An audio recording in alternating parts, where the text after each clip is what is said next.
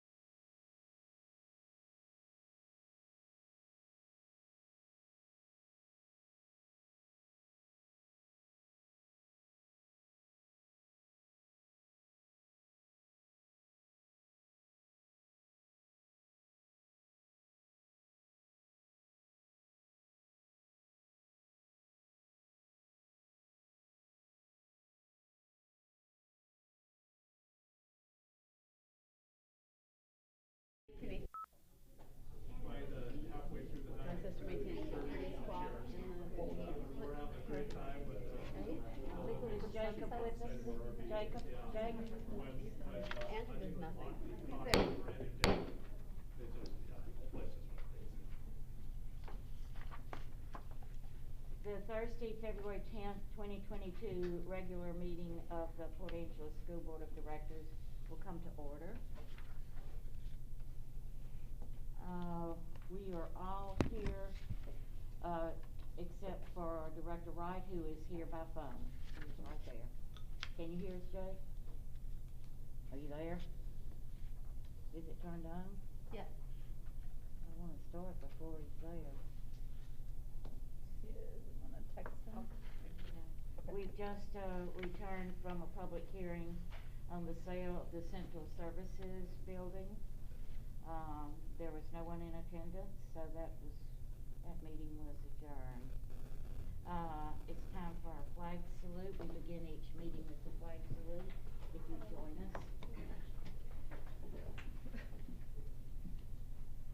I pledge allegiance to the flag of the United States of America and to the republic for which it stands, one nation, under God, indivisible, with liberty and justice for all.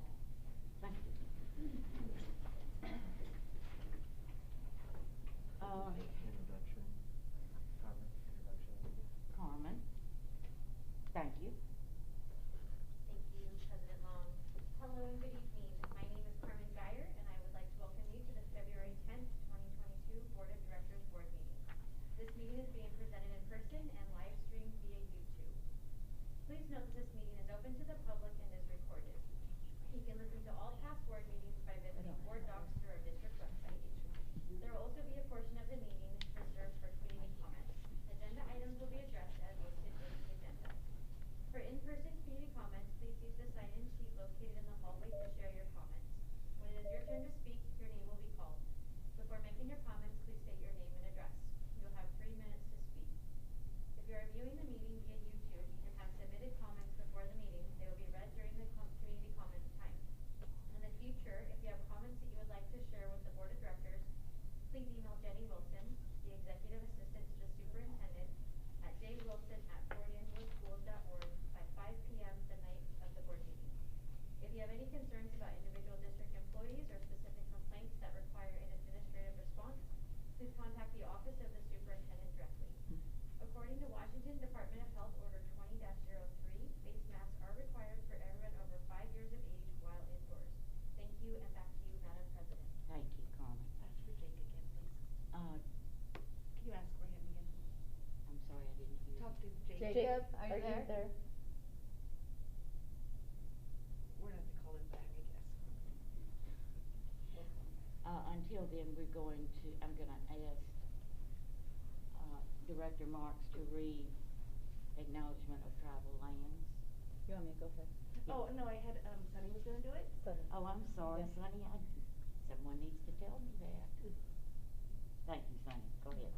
We acknowledge that we are on the indigenous lands of the Coast Salish peoples. Hold on, just. Wait, Sorry, Sonny. start over.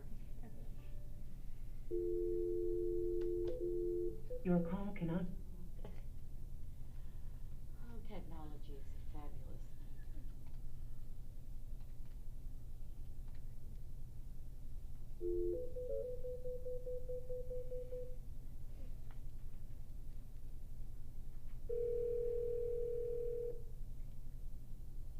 Okay, I'm here. Oh, Thank you, great. Jake. Yay. Okay, Sonny is getting ready to read acknowledgement of tribal lands. We Okay, I'm here. You want me to read it? No, Sonny's gonna read it. Okay, sounds good. Thank you. We acknowledge that we are on the indigenous lands of Coast Salish peoples who have reserved territory rights to this land, specifically the Clallam tribes.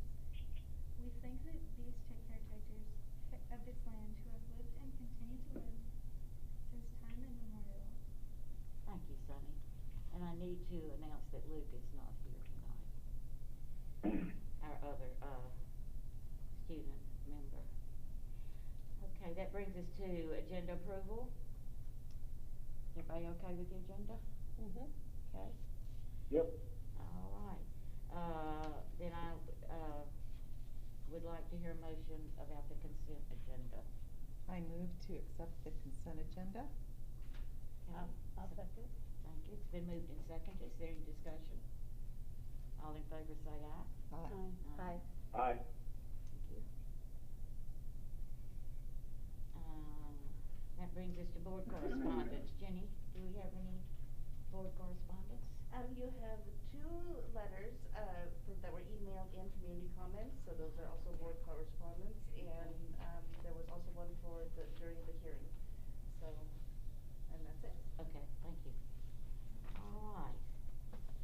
brings us down to 7.01. This is National School Counselors Week. And because I was a school counselor and I trained school counselors, I have the honor of reading our proclamation tonight. Proclamation, National School Counseling Week. Whereas school counselors are employed in public and private schools to help students reach their full potential. And whereas school counselors are actively committed to helping students explore their abilities, strengths, interests, and talents as these traits relate to career awareness and development. And whereas school counselors help parents focus on ways to further the educational, personal, and social growth of their children. And whereas school counselors work with teachers and other educators to help students explore their potential and set realistic goals for themselves. And whereas school counselors seek to identify and utilize community resources that can enhance and complement comprehensive school counseling programs and help students become productive members of society. And whereas comprehensive developmental school counseling programs are considered an integral part of the educational process that enables all students to achieve success in school. Therefore, the Port Angeles School District does hereby proclaim February 7th through 11th, 2022 as National School Counseling Week. And thanks to all those school counselors, and later on we'll be voting on this and recognizing them. Yep. We have Dr. Rachel Summers here to introduce I'm sorry. some of our counselors in attendance. Please come forward, Rachel. There she is. Will you just close out that one Thank you. that's open right now, which is this one? And then we Close have that some out. very hardworking school counselors that are here with us, and then we have some that are not here. So I'll say the name of each one of our counselors, and if you are here, please come up and get your certificate and stand with me on all the names, okay? So AJ Till is one of our substance abuse prevention professionals that works with us through a partnership with the Educational Service District. Sal Michael is also working with us in our school through a partnership with the Educational Service District for substance abuse prevention. Colleen Harker is the school counselor at Franklin Elementary School.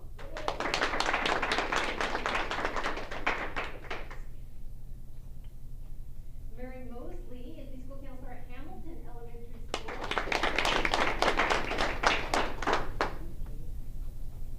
Jason Gooding is one of the counselors at the high school. He's working with 9th graders this year. Amberlyn Jaffrey is the school counselor at Roosevelt Elementary School. Victoria Rockhold is the counselor at Jefferson Elementary School.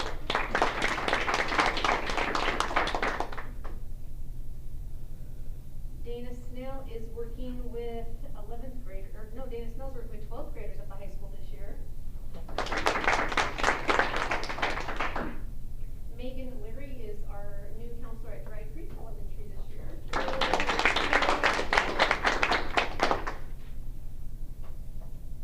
Katie Kozlowski is working with 10th graders at the high school this year. And Jamie Christensen is our new counselor at the high school this year. Beth Clifford works at Stevens Middle School and also at Lincoln Seaview School. And Dana Christensen works at Stevens Middle School as the school counselor. Yeah, can you take your photo? Here we are. 1, 2, 3. Colleen's turn her certificate. Okay, there you go. Yeah. Okay, 1, 2, 3. Thank you so much. Thank for all your you. hard Hold work, on. guys. Wait a minute, Just one second. Just one wait, second. please. Oh, no. Hold Could you on. please wait a moment? I want to make a couple of comments. So first, I'm standing because I want to stand to give you a standing ovation for the work.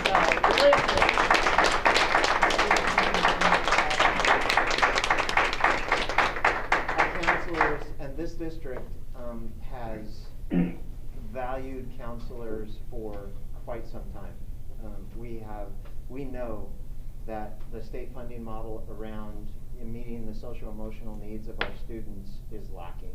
And I think this session, we could see some answers to that, to provide more resources to be able to invest in counseling, to invest in nurses, to invest in social workers in our schools, which is critical. But our district, and I compliment the board, for the efforts that our board has made for probably pushing close to a decade to invest at a greater level than our state has invested in the need for social emotional well-being of our students. So, not to get into the weeds, but we're funded for, a handful of counselors in our district, and we employ well over 15. And so our local tax base and our local citizens invest in the EP&O levy, and we invest that right back into counselors for our students. So counselors are always, pre-pandemic, we understand and value the importance of having good quality counselors for our students to access. The last 2 years even makes it more important. And so the work that you all are doing this year in a pandemic, helping to meet like the significant demands that our kids are coming to us with, and the significant needs that our students are coming with on a daily basis, and you showing up every day and helping to meet those needs of students and families, that's what it's all about. And from myself as the superintendent and speaking on behalf of the board, I just want to offer my thank you and my appreciation for all the work that you do and will continue to do in the name of helping to balance the playing field for every student that comes within the Port Angeles School District. So it is an honor to work with you, and I thank you very much for your commitment to our school system and most importantly our students.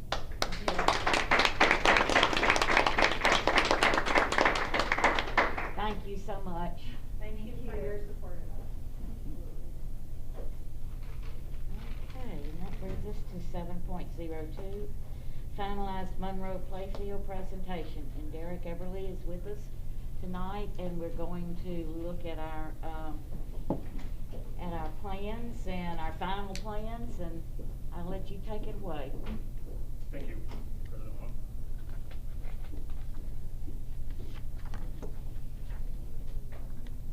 I think Jared mentioned he was going to switch the inputs. Oh, something coordinated. It's over there, I know that. Input? Over here? This is good.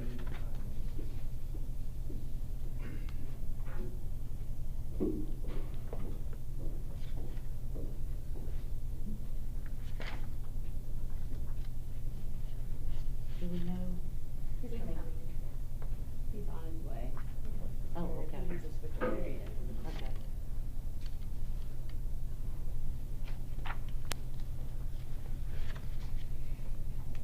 You want to test the mic really quick? Is this test? There's a power switch on it. I did set it up. Test. Perfect. Yes. Trick is a trick mic. Okay.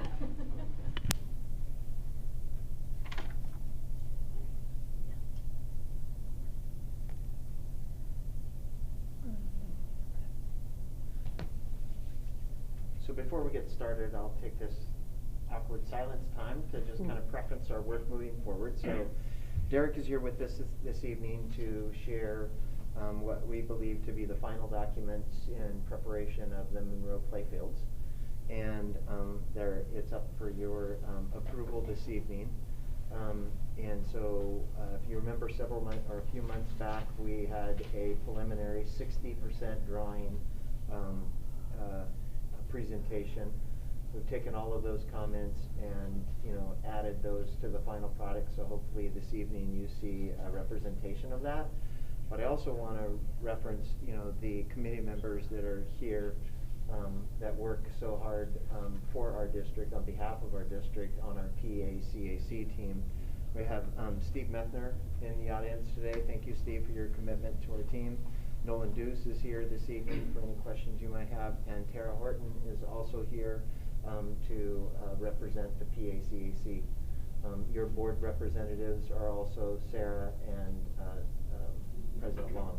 So I think we have a nice option to present to you this evening. So over to you, Derek.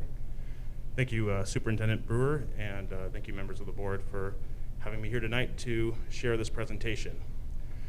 We're here getting ready to finalize the drawing set. We are presenting the 95% construction drawings tonight, and so we only call it 95% to save the opportunity for any final corrections or comments we might have at this meeting tonight or from members of the public. And so for the agenda, I wanted to review the comments we received at the last board meeting. I believe that was back in October. And then after that, review how we incorporated those comments. We're actually able to incorporate, I believe, all of the ones that were shared by the board. They were very valuable in helping to further improve our plan and get us to the point where we are here today. After that, I'll walk through the drawing set. It's a multi-page document that will be issued as a public bid for a contractor to construct. And then following that, briefly touch on a review of estimated costs and the review of the project schedule and where we're at. So jumping right into it, this is the plan, and I will try to zoom in so you can see it a little bit enlarged throughout the presentation. I'm also holding a mic, so I'll be maybe juggling chainsaws next. This is the plan we presented in the October meeting. And we received some great feedback, a lot of positive feedback from both the board and the community, and some constructive things to consider as well. One of them was the comment that this bleacher area that we're showing on the east side of the field might be a close proximity to the road, and also might be is located far away from the existing Roosevelt parking lot, which could be a great opportunity to leverage those spaces when the school is not in use. Another comment we received is the work we were showing in this parking area in the footprint of the existing parking lot, that could be a lot of extra cost and project dollars going to that when we do have this nice Roosevelt lot nearby as well. And then there was also a comment we received on this upper practice warm-up area up here. There was no grading or any activity that we had proposed in that location. And so we one of the comments, I believe, was that it would be nice to make that a little bit more functional and a contributor to the site in terms of the planned park and athletic uses that might occur there. So that's where we were, and we took those comments and we addressed it into this site plan, which you can see looks very similar, but I'll point out some of the differences. We did relocate, after studying it considerably, we relocated that bleacher area that was sited on the east side of the field to the west side of the field. This provided access to that Roosevelt school parking lot and also closer proximity to the main entry of the field to the Roosevelt school, which I thought was very valuable. And in addition, Superintendent Brewer, you made a great point that on the east side of the field, looking to the west, we might always be running into the issue of the setting sun being in the spectator's eyes. And that was a tremendously valuable and insightful comment that I think might save pain for the next 100 years of people using this site. So here on this side, it should be nice, unobstructed viewing, and it's also far away from the Monroe Road. By moving that to the west side of the field, it also maybe lessened the emphasis on this existing parking lot and the pressure on this existing parking lot to serve all the uses as like the main entry location for the field.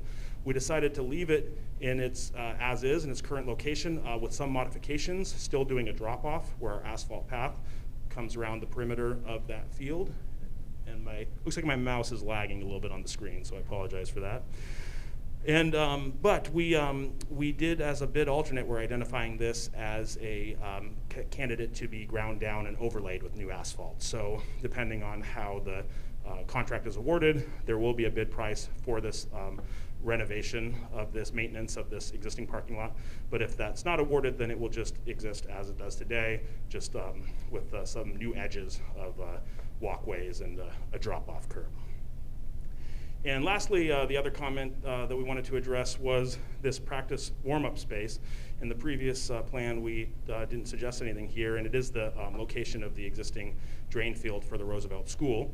But we proposed, after studying it some with our civil engineer, to pull back some of the contours and essentially create a larger space up in this area that's planar or the same elevation that could be a place for warm-up and other activities, essentially decreasing this kind of green area at the top left to 2 feet of elevation, pulling that back so this path is about 2 foot higher than this lower area over here, and essentially creating a contiguous warm-up space. So there are a few other changes that I might point out through the rest of this presentation as I step you through the sheets that are going to be part of the bid set of construction documents. And we'll go through these sheets relatively briefly, but I'm happy to revisit them with any questions that anyone may have. This is the first sheet of the drawing set. This is the cover sheet, has pertinent information such as the location of the project and legal description, etc. The second page is the site survey. This survey was conducted by a firm local here to Port Angeles, NTI Survey, and we use this as the basis for developing our construction documents. The third sheet in the set is the demolition plan.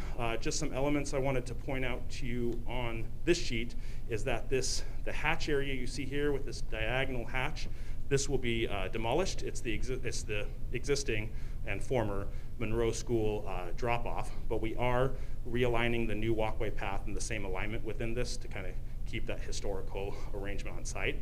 All of these existing trees that were part of that drop-off loop will be preserved and retained, as well as this existing historic Monroe School sidewalk leading up to that former drop-off loop. The other trees, most of the trees actually on that note will be preserved as well, including that stand that's over by Roosevelt on the northwest corner of the site. There are 2 evergreen trees right here. I believe my mouse is following okay. These will be demolished just because they're at the edge of the new field. And there's another few small trees, but we are retaining a very significant deciduous tree that's planted in a prominent location on the site as well. The ecology blocks you see out there, all the old remnants of utilities and things like that, that will all be demoed and removed as a part of this site, and it's called out to do so on this plan.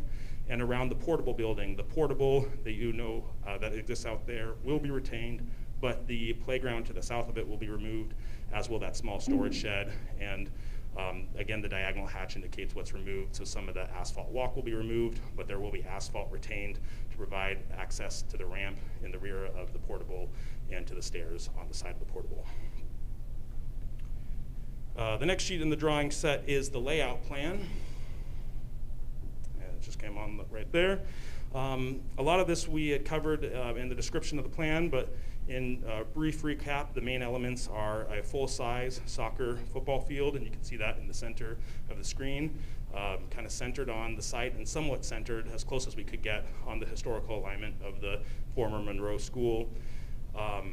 On the field too, since the last meeting, we incorporated a logo that will be a part of the turf. It's the Port Angeles School logo, a large P and A. I think these letters are about 20 feet tall, but laid horizontally down on the turf, integral to the turf. So the P and the A will be green with a white thick outline around it. And it's oriented the way that you see it on the plan so that it's easily viewed from the bleachers, which will be the kind of the main viewing area, and also from this hillside informal amphitheater, kind of the right orientation to look down on the field and see the PA as well. Beyond the field is this nice ADA accessible 6 foot wide asphalt walking path, and ADA accessible, so it does not exceed 5% slope in any part of the path, which makes it ideal for strollers and roller skates, and most importantly wheelchairs to traverse around the entire area. There's 3 locations of curb cuts or at-grade connections down to the street level, essentially right here with a tactile warning strip across from the existing sidewalk. Over here on the south end, got a little bit of a lag, but on the south end as well, there will be a curb ramp, we call it, or a curb cut, and then also on the Roosevelt side, leading to that playground, there will be a curb cut as well. So it'll be fully accessible onto and off of and all the way around the walk. The bleacher area, we mentioned that location, and there's some areas of future development that I think I will cover in a subsequent sheet. The page following that is the layout plan, and this plan just includes dimensions and locations and relative distances of different elements of construction, including the width of walks and the size of the field, as well as the dimensioning of the sports field as well. And then the sheet that follows that one is the grading and drainage plan. And this will be a little bit more refined for the final bid set, but this is a good sheet to show kind of where the significant amount of grading occurs on site. One of the locations is this front entry. You kind of see all the darker contour lines on here. Those indicate how the path will be laid back to create that more gradual slope up. So there will be a little bit of a proud hill at this location as the path kind of cuts along and up into the site both ways. There will be some grading between the soccer field and the portable building that's there now, some steeper grading, but it's still 3-to-1, perfectly mowable, but just to make it work and match up to the existing grades around the portable that'll occur here. We mentioned the grading that gets pulled back to create this warm-up space area, and then as we move south, the most extensive grading on site will be to remove this knoll that sticks out onto the field now in order to grade the field in, and then also create a park-like setting with a path that kind of comes about 5 foot up above the field and then drops back down to the parking lot on this side. And this will create kind of 2 different tiers of seating and viewing, again at a 3-to-1 slope, so easy enough to mow, comfortable enough to sit against, but to give you some elevation and some additional more natural-like seating around the field. There's a little bit more grading we're here showing on the east side. We're going to have a lot of extra material left from this excavation, and the idea of maybe we can use some of it to create another berm, create almost like a full bowl on the other side. I mean, not quite, but it's a chance for some spectator elevated viewing on the east side of the field as well. For drainage, that's also shown loosely on this plan and will be refined with a whole additional sheet, but the drainage concept is to use a shock pad tile system, and I have an example here that I can pass around, and I have an enlargement for anyone viewing on the screen that I'll zoom into here in a second. But we'll use a shock pad tile system that will cover the whole field, and that will convey water to 2 different drain lines that will be underneath the field. And here is an enlargement of what that looks like, and that's the pad I'm actually passing around right there. And so the rainwater will come down, go through that pad, and if you note the grooves on the underside of the pad, that's how the water will flow to drain lines that are located underneath. And a real cool and unique part of this project is that we'll be infiltrating all of our stormwater on site, directly under the field actually, which is a tremendously awesome ecological accomplishment. It's because your soil is so well draining out there. And so that's nice, and just as a foolproof part of the system, we do have an overflow designed that would connect into the city storm system in the event you would need it, but according to all of our engineering and modeling, it seems like that won't be ever the case. It will collect under the field and it will infiltrate straight down. Okay, so then moving along to the detail sheets. Nearing completion, but a few we want to add. This sheet has details that show how the concrete will be installed on the site. There will be a detail for the asphalt path that's going to be added, detail for the base installations. That's one thing I maybe skipped briefly by if I were to go look at the original plan that or the plan that we're working on. If I zoom in, this is a soccer football field, but it also has provisions, base paths for softball as well. So there will be anchor locations in the field that we're able to install, or anyone using the field is able to install bases so that a softball practice could occur. There won't be striping for it in the outfield, but that's something that could be painted temporarily onto the field and then removed. And so that's what those details show right here. And then there's some details about the drainage system that are going to be that will be further refined. There's also the second page of details is details on the striping, how it will be laid out, the dominance of the lines, which one's on top, the colors of the different lines, as well as other elements such as soccer corner field flags and the football soccer goalpost anchors, etc. are on this sheet.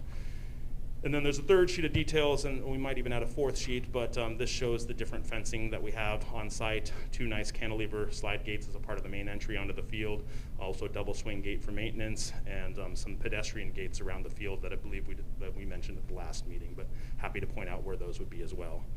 One thing I wanted to point out, it's something that's going to be bid as an alternate on this project as well, is the idea of a soccer screen. And that's something that we'll have kind of a two-part alternate, one for the north side of the site and one for the south side of the site. And a soccer screen is essentially a taller fence that will help contain errant soccer balls as people take shots on goals. It's perhaps you could say it's not as important on the south side because the balls would be kicked onto that slope and they'd roll back down. But on the north side, with the travel lane down below and the slope sloping that way, someone might have to chase a ball for a distance to retain it. So if we receive favorable bid prices, and this is something that the school district elects to award, this would be constructed, similar to how you see it on the sheet. So for the irrigation on the site, again, we're kind of trying to be clever about how we base bid items and alternate items. For the base bid, irrigation will include a water line service, an irrigation main line from the point of connection down around the south end of the field with quick coupler valves, so valves that you could connect a hose into at each location, at each corner of the field. So the main line will come down as part of the base bid. There'll be a quick coupler at this southeast location, then a quick coupler at the southwest, and also a quick coupler over by the bleachers. So that way district maintenance could irrigate trees by hand if they need to, or provide water for any sort of use. There will also be sleeves that district maintenance could expand the system on their own in the future under the pavement. The sleeves go under the pavement. And as a part of the bid alternate would be to irrigate the entire area that you see hatched. So not the field, because the field's synthetic, but the other area to the south and east and west of the field. And why we chose to irrigate this area is we thought it might be an area of higher use by the public and by people viewing the field events and things like that. So it could be expanded further in the future as well from this point, but that would be considered a bid alternate. The next page is some standard irrigation details, yet to be refined, but they'll be very similar to the elements you see on this sheet.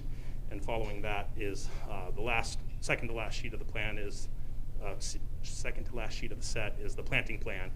And for the planting plan, everywhere you see with a darker hatch is area that's affected by grading on site, either to create those contours or to create space for the field. And so that will all, as a part of the base bid, be hydro-seeded with a grass seed. And then another alternate that somewhat goes in tandem with the irrigation would be, instead of a hydro seed, to sod, and it might be discernible with the darker hatch on here, although they're fairly close looking, but the darker hatch would be a sod alternate. And so if that's awarded, instead of seeding this area, we would place sod so that it would be ready day one for spectators to sit on the side slopes. We thought as a group that it'd be a highly used area, these slopes, in the beginning, and it might be important to provide a little bit more of a durable surface at the onset. And with the planting, there's also about 14 trees on the site. I think I can kick back to one slide. Some trees along the frontage of Monroe, which is a part of the county code requirements, and as well as some trees along this path, which are getting lost a little bit in the, oh, there we go, in the hatch. But these kind of create some shade areas for people maybe sitting along here, but also creating some sun areas as well. And there's some paths for benches along there too that might be installed in the future. So that'll provide a shaded environment. Some standard planting details we'll refine before the final bid set. And last sheet is the electrical site plan. And so on this sheet, we can see the location of the 4 sports field floodlight poles with LED lights. Those poles and lights are another bid alternate. Those will be awarded if funding allows, but a part of the base bid is the pathways underground to these lights, as well as the conduit to the future items, which include a restroom structure that would be in this location near the building, a proposed restroom structure that is constructed. And so you'll have an electrical pathway to that. It won't require any trenching to install that, as well as the proposed location of a future monument sign. There'll be an electrical conduit to that in case you would like to illuminate that at night. And then otherwise it'll be to the different light poles. There is an item that we are considering whether it will be a base bid or alternate item, still to be worked out with the group, and that is the location of this existing pad Right here, this square is the pad for the electrical power to the parking lot and those 4 parking lot lights. And it's a great spot for the future electrical panel, which will need to be upgraded to accommodate the lights.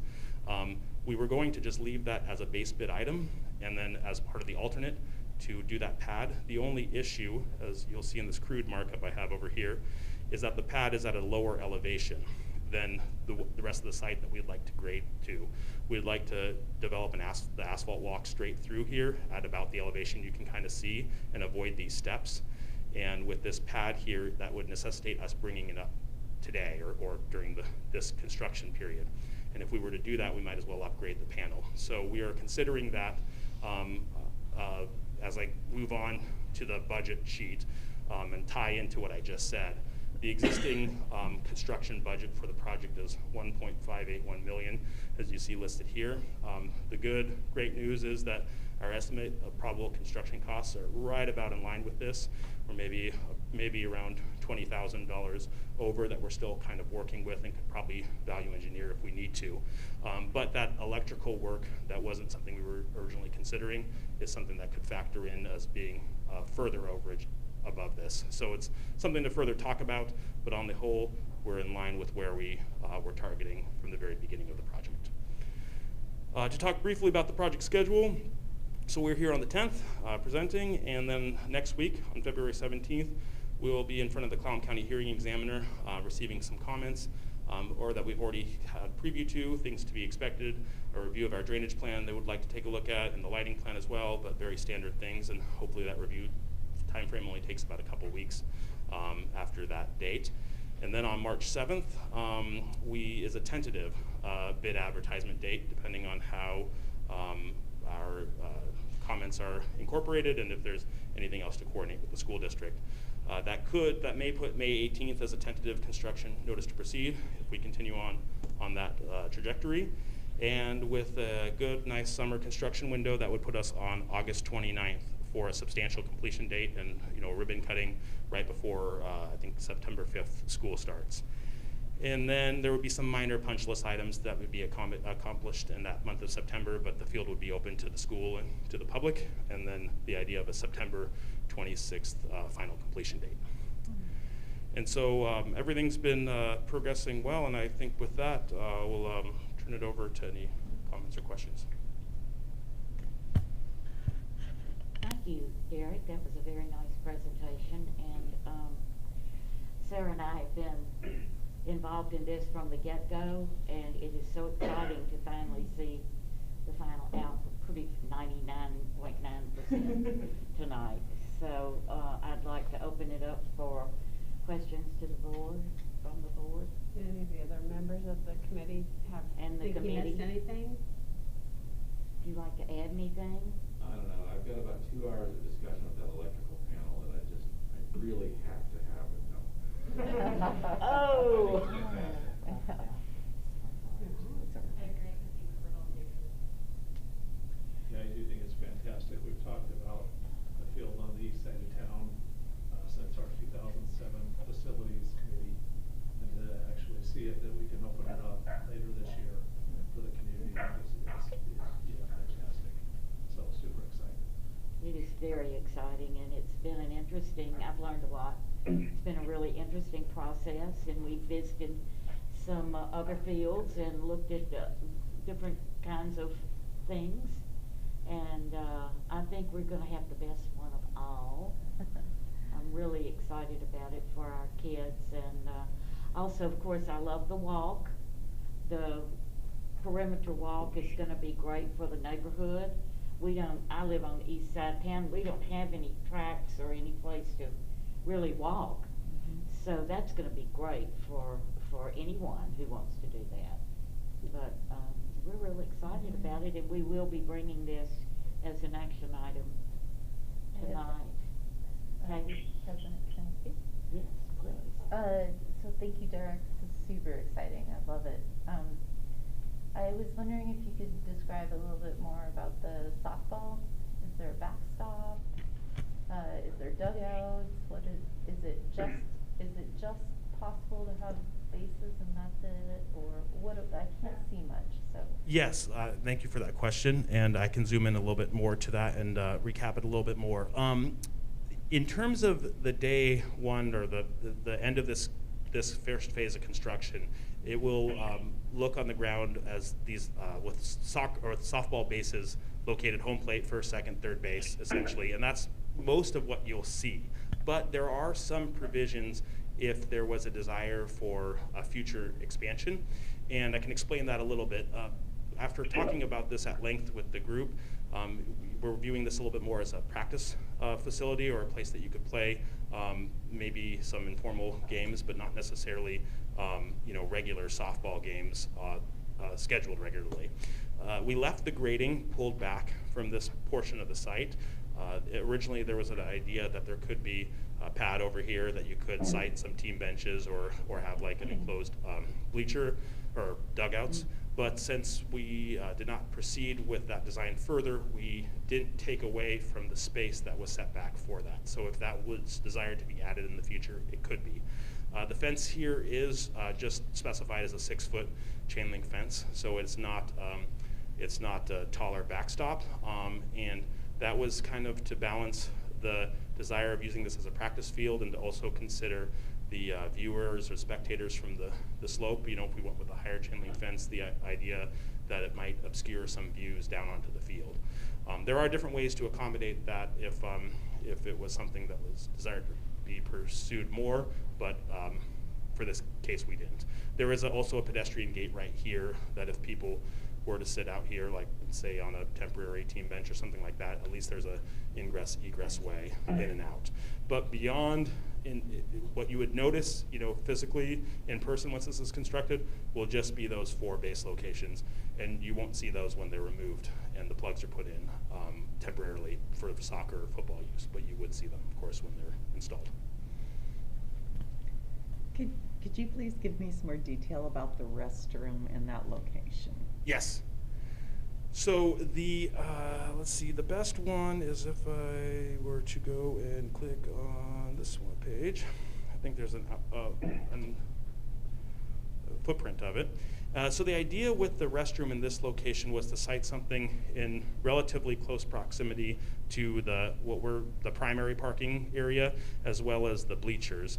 And this site seemed to make the most sense. It's relatively flat, right behind the bleachers. It's not on this slope area, and it's not too far of a distance walk from the parking lot. And it's also on your way into and out of the sporting event. This drop-off, this is another drop-off area on this side with a curb and the asphalt walk. This is a widened walk, about 8 foot wide. It's only 8 foot wide walk on the site. The rest are all 6 foot wide. And so it creates a little bit more of an entry promenade, but it was also designed to accommodate vehicular movement into the site if there needed to be an ambulance or another vehicle that travel out onto the field. And so all those reasons pointed to this location being ideal. And also by locating it here, we brought conduit all the way to this point. So if there was a desire to place it somewhere else, say south of that in the future, it could be along the conduit path as well. But by bringing it out to this location, it I guess ran longer conduit through the site, so it gave you more options and if there was a desire to site it elsewhere in the future. And so the bleachers, what's the number of people that we're looking at with that size? The bleachers are going to be procured independently of this contract, and because I think the idea is with contractor markup versus just direct procurement through a school contract. Right. It's variable. The space is large enough, I believe it was to accommodate a 10-row bleacher. You can see it's 24 feet in depth by 73 foot, or maybe a little bit shorter of that in length. And so I believe it's 10-row. I unfortunately don't have a exact number for you, Director Hebert, but something we could follow up with. Okay, thank you. Yeah, it's a great plan. I'm thrilled. Thank you. So the interim use for bathrooms could clearly add on.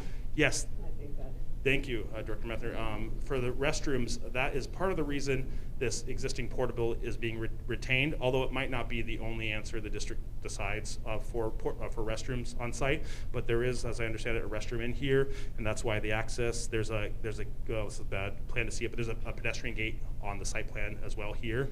So if someone needed from the field to use the restroom, they could go through this gate and run up either these ramps or the steps to get into the portable structure. And I imagine in the location of this bleacher, there could be a temporary portable restroom set there with a few of them. You could even do an enclosure around it if you wanted to, but it just provides a flat space that they could be accommodated there. Otherwise, only permanent ones will be at the existing portable. And to go a little further into the softball, Katie, it's not part of the base bid, but it will be an option to purchase. I can't remember the technical name of the backstop, but there's a shell backstop that's on wheels, and that's a reason why we put in a larger gate to be able to pull that onto the site, to bring it onto the turf itself, so you can have a portable backstop there. And then in speaking with Dwayne and also the head softball coach, you know, what I found was we have one of the best, you know, natural fields for softball in the league. It is on the west side of town, but and it's not it drains really well, but when we have a really significant rain, we can't have a situation where we have to delay a number of games because it just it gets too saturated. It's not safe to play. So in speaking with the head coach of the softball team, you know, this will primarily be a place to practice in preparation for state tournaments and regional tournaments, etc. But under extreme circumstances, when the water just won't allow it, you could play a game here. And you know, with that portable backstop, with the bases that can be sunk into the sleeves, as well as, you know, what Forks does, and this is what we learned when we took our tour to Quileute Valley School District. You know, you can paint a home run fence line out in the outfield there, and put up a temporary fence that would suffice for a interscholastic game. And the head softball coach concurred with that. Again, it's not going to be our primary place to play. Right. Primarily will be practice, but under the right circumstances, instead of canceling 2 weeks worth of games, we could play a game there. Because the nice thing about this surface is, from what I understand, Eric, that it can rain significally and you can play on it. You can just keep playing on it because there's no, you know, it doesn't become slick. So anyway, that's the intent. Softball can be played there, but it won't be the primary place of play. Thank you, Superintendent Brewer, and I'm glad you mentioned that because that was my fault. It was in response to the softball. We did make accommodations for it in the form of that portable backstop. I didn't remember it because it's also procured like the bleachers separately. But we graded out this area, which you can see this larger grading by the portable, so they can be kept there. And then district maintenance or grounds crew will hook up to it, pull it along this path. And it was too big at about over 20 feet to fit in through our cantilever slide gates. So we put a separate double swing gate for maintenance only so that portable backstop could get onto the field. It is a very important component to this. This is why we put this double swing gate in, just to accommodate that. But this also becomes a nice maintenance access out onto the site as well. So that'll be a part of it and accommodate the use. And in our conversations, and Dwayne can concur with this, but the head softball coach was very thankful for this opportunity.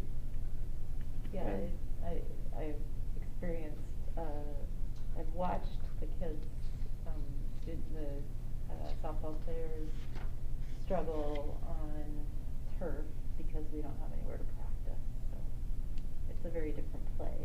So yeah, I'm sure they're excited about it. Yep. But there are also a lot of canceled games, and we've used the Elwalk field before. So. Yep. And to confirm what Superintendent Brewer said, this it will be year-round at all raining conditions. I imagine the only time you'd ever have a rain out is if it rains so hard that you couldn't see the baseball coming at you or softball. No, that's soccer fence, the catch that's gonna be as, I do see on the one side it's not as important, but that going over, I've seen these kids kick those balls and they'll be hitting that, portable, and even potentially going all the way into the Homes. mobile homes Yeah. back there. I think that's not even gonna really be I think that just has to be part of the whole thing, don't you? Am I wrong? It would be great. How much does it add? It's not. I'll get my check. It's not. It's not included in that estimate of proposed construction cost. It will be like a separate line item as an estimated bid alternate item amount.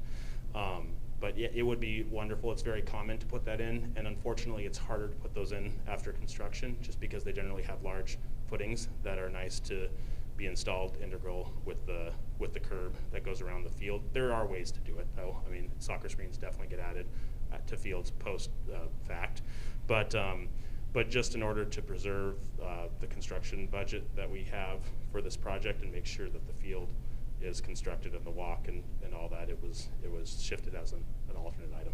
And the board will have an opportunity when we open the bids, to award the bid. You'll see the base bid and you'll see all the bid alternates. The board at that time has the discretion to award the base bid as well as any bid alternates that you choose to do. But I've been very adamant around sticking to the budget that this Yes. board set back in October.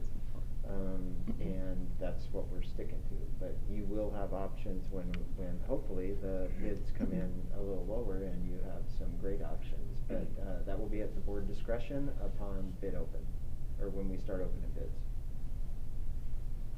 Director Wright, do you have any questions or comments? I don't have any questions. Derek, I'm happy.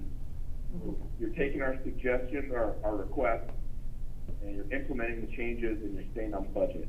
So I'm pretty happy with that. Yeah. And I know the PACAC has done a lot of work on that too, so thank you guys. Yep. I want to thank you again, those of you on the committee who are here tonight. Thank you for coming. Any other comments or questions? Superintendent Brewer? Yeah, and the work of the PACAC has been phenomenal.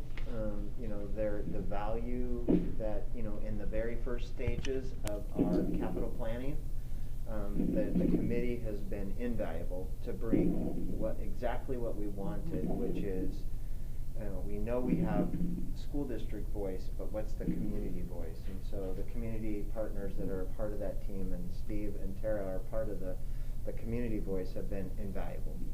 And I think that's just the beginning of the value that team will bring to this community around the next phase, which is we're starting to look, and tonight you will be taking some action on the design of Stevens Middle School. So I'm really excited and happy for the team, and great choice by the school board to bring the community into those conversations to make sure what we build is what the community expects.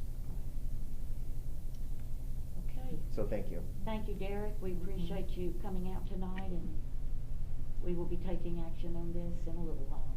Thank you, everyone. Thank you.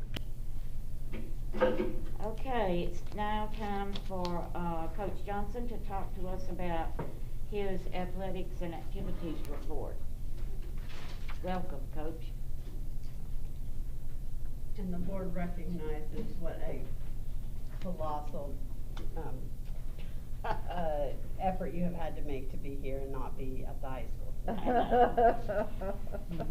Is it still going on? Have we water Dreams lost? come true, okay? Dreaming about field turf for a number of years, and to see that plan come to fruition, and the support of the community, the support of you, to make this happen for kids. I'm very excited. Again, thank you, school board. Thank you, Mr. Brewer. Thank you for allowing me to speak on WIAA Fall Season 1, 2, and 3. We're traditionally back into the scope and sequence of the WIAA plan.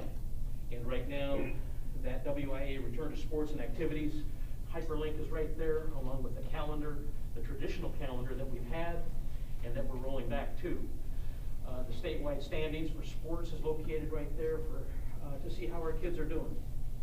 And the next one down is the allocations. And that's been a good argument because of different schools and their enrollments. And people are moving up and down across the board. Right now, I did want to echo part of the sentiment with Bainbridge Island. They have requested another 2 years with us. And I worked very diligently with Mr. Brewer last year to accept them into our league. And now their school board has said, you know, we want to stay with the Olympic League. The treatment's right. And so I'm ecstatic about that. Within those allocations, that's what we're doing right now with a by-district agreement for these sports.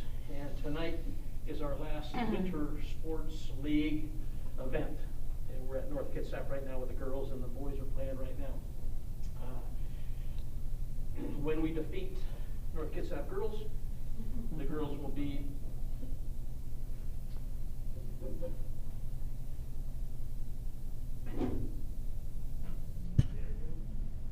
testing. How's that? When the girls defeat North Kitsap tonight, they'll be co-league champions for basketball, and when the boys defeat North Kitsap tonight, they'll be tied and co-league champions, which then allows me to struggle mightily to find a gym, possibly for a neutral site for a playoff game on Saturday. So my turnaround will be in a few hours, but with our colleagues at Peninsula College, they said the girls could play there Saturday morning at 11 o'clock if that indeed happens. The boys may end up playing down at Kingston at a neutral site there on Saturday too, and that is for seeding. The number one team gets an automatic bid, okay, within that bracket system. So boys swim and dive, they're going to go off to Renton this coming weekend. Boys wrestling, they're heading to Ording. The girls are heading to White River. And gymnastics is competing tonight right now with a bunch of schools at the Puyallup Toys R Us. It has been a monster of a lift with the Puyallup School District saying, you know what, we're going to rent this facility for these girls. And the West Central District and I have gotten together to go ahead and make sure that's going to happen for the West Central District Championships next Wednesday night. And so the challenges that we're under is officials, because we got to have 8 officials there at the gymnastics site, and we have that tonight. So we're making it happen outside of this WIAA season number 2. I'll call your attention here to this item, and that's the Stevens group and the totals of participants that we've had for boys basketball, girls basketball, boys cross country, et cetera, down the line. The one update that I have is boys wrestling. We have 17 boys out at Stevens right now. And our totals right now have been adjusted because we only had 3 girls basketball teams at the time I did this. I updated that. And our total right now is about 206 total. If you scroll down just a little bit right there. Instead of 189, we're at 206 participants across the board. The next line item is the fall sports and how many teams we supported and how many participants that we had, and your line item total there. The next item over is where we're currently now, and the winter sport, WI Season 2, and how many participants we have across the board coming on down. And then we're looking at spring sports in green. I'm not going to get nervous until Monday, because I do have to say that track and field, we're looking for coaches still. Okay, we are looking for coaches. We have the assistant baseball coaches hired. We're happy about that. And boys golf is a line item right now that we're seeking to get approval on. So your overall totals right now today for everybody is 549. That's how many student athletes we have across the board. And then you can break it down with total girls, total boys, et cetera. Have any questions on participation numbers or groupings? Then I'll move down to my AD works in progress. 2022 final forms of digital access to the registrar for athletics for Port Angeles and Stevens. We've been able to also do the COVID-19 testing parent update. We got that done on the 5th. Okay, so that kids understand, coaches understand, parents understand our requirements for this digital access piece. And one of the items I wanted to spotlight tonight was when we had the 8th graders last year come up to the high school. It it was an easy push for the parents, understanding the process and the protocol. I got excited when the concussion baseline testing information was approved by Dr. Gouch with our new trainer. So that relieved most of the pressures on me when that doctor ordered a concussion baseline test after an injury. That goes and feathers right now to our athletic trainer. Like I said, the spring coaching positions are open. We have an assistant girls tennis position that we're looking at right now. We've had a resignation there. Item number 4, at Peninsula College, the boys soccer access and practices and games are intact right now. We have an approval for that with them and their fields.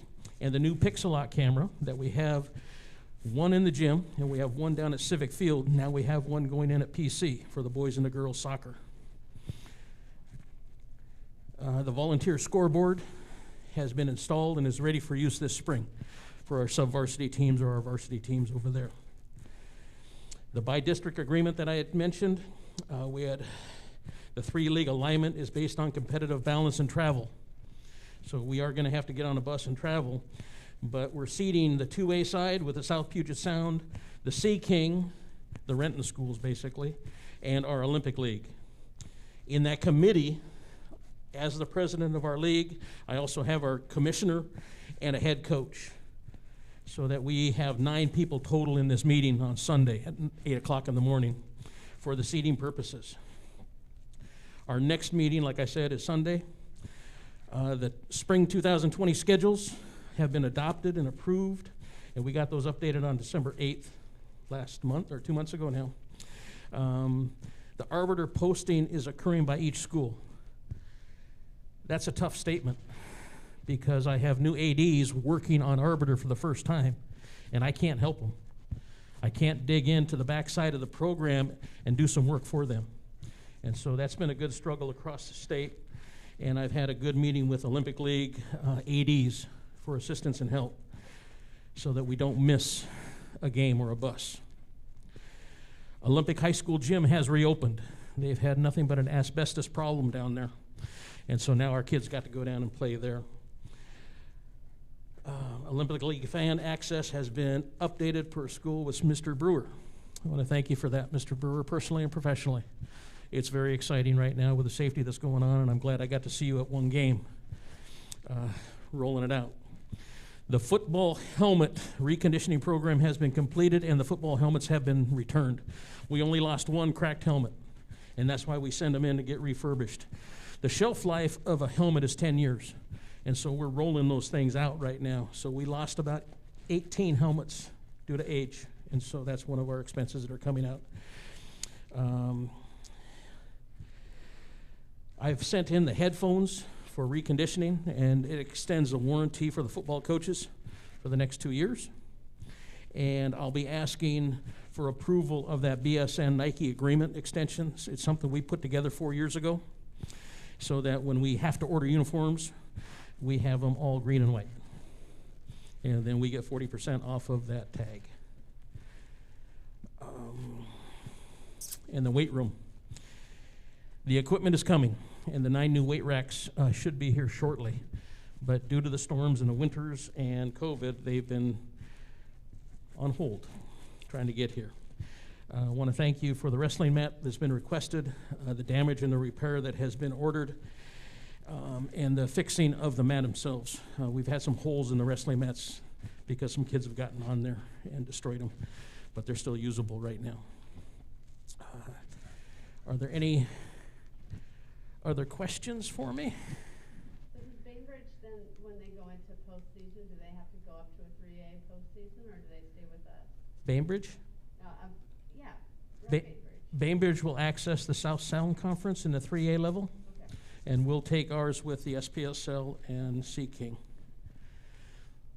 This right here is that postseason planner where I sit down with the commissioners in the league and find out who, what, where, and when, so we can be on the same page with everybody and what's going on. Working from a plan. The last item that I have, the winter 21-22 team GPAs. Our victors this year is girls gymnastics with a 3.751. The girls' basketball team is in second place with 3.680.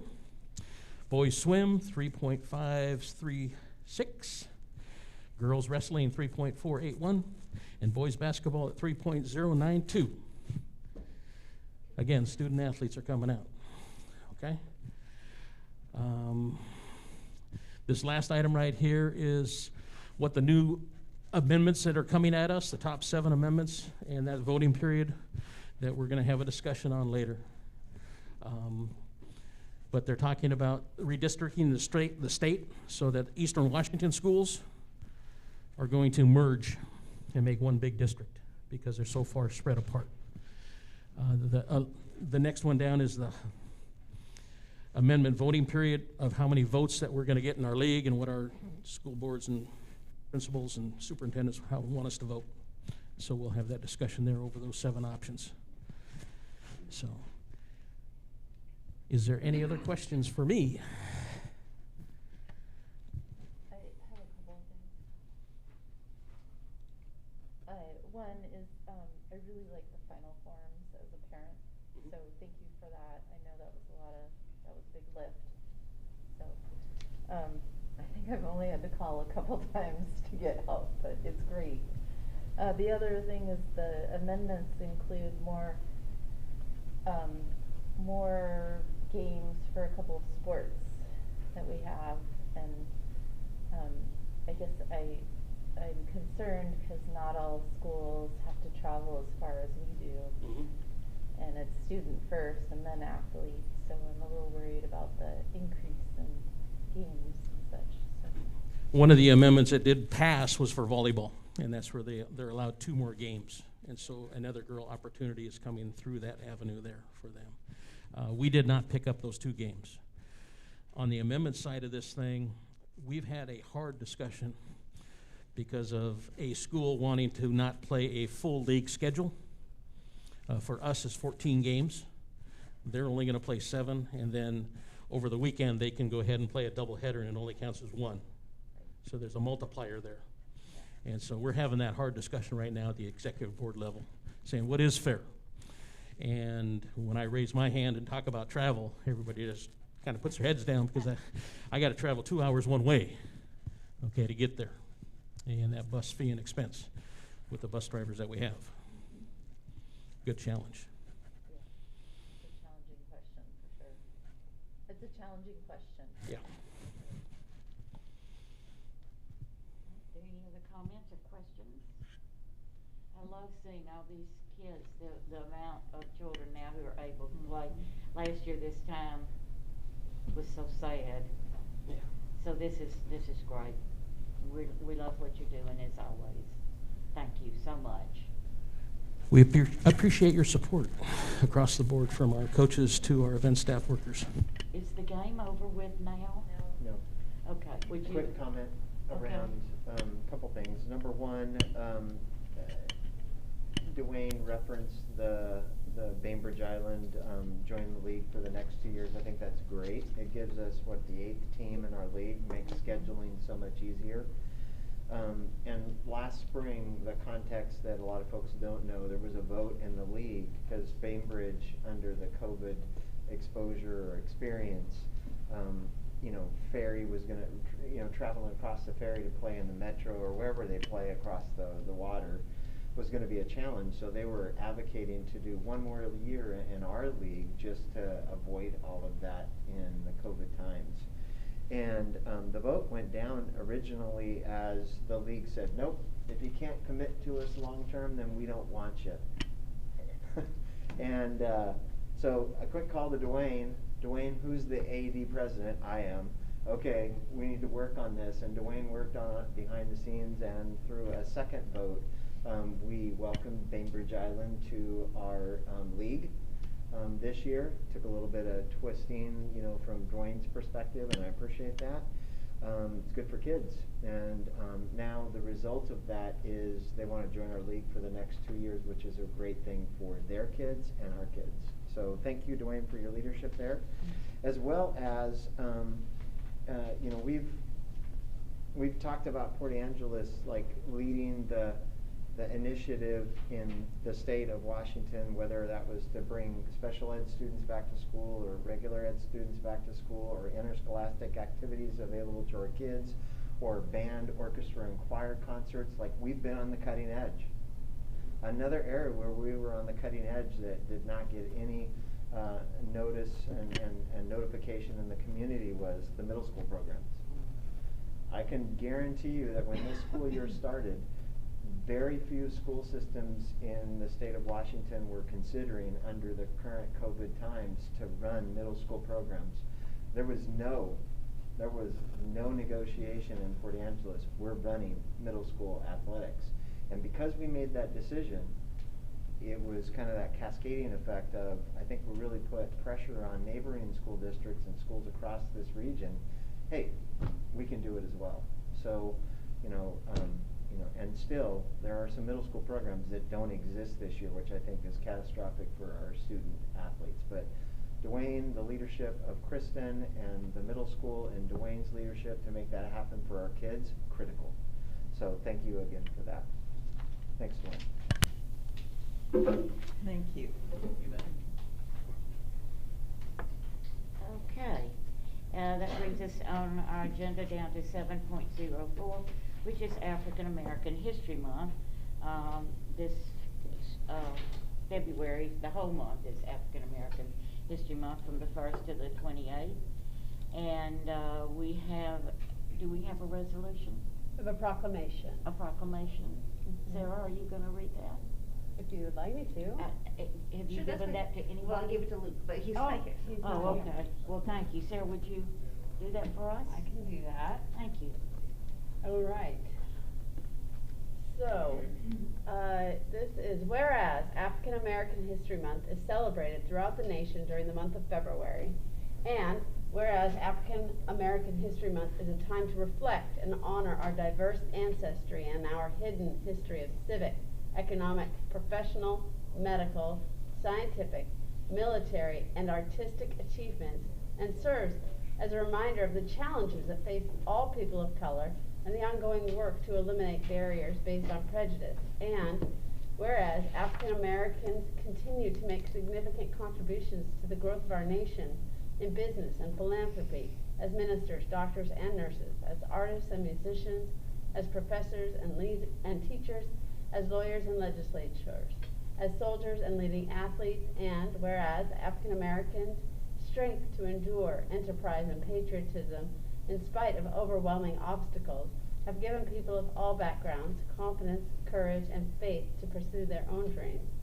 And whereas African American History Month serves as a reminder of the challenges that face all people of color, there is still more to be done to ensure equality under the law and equal opportunity.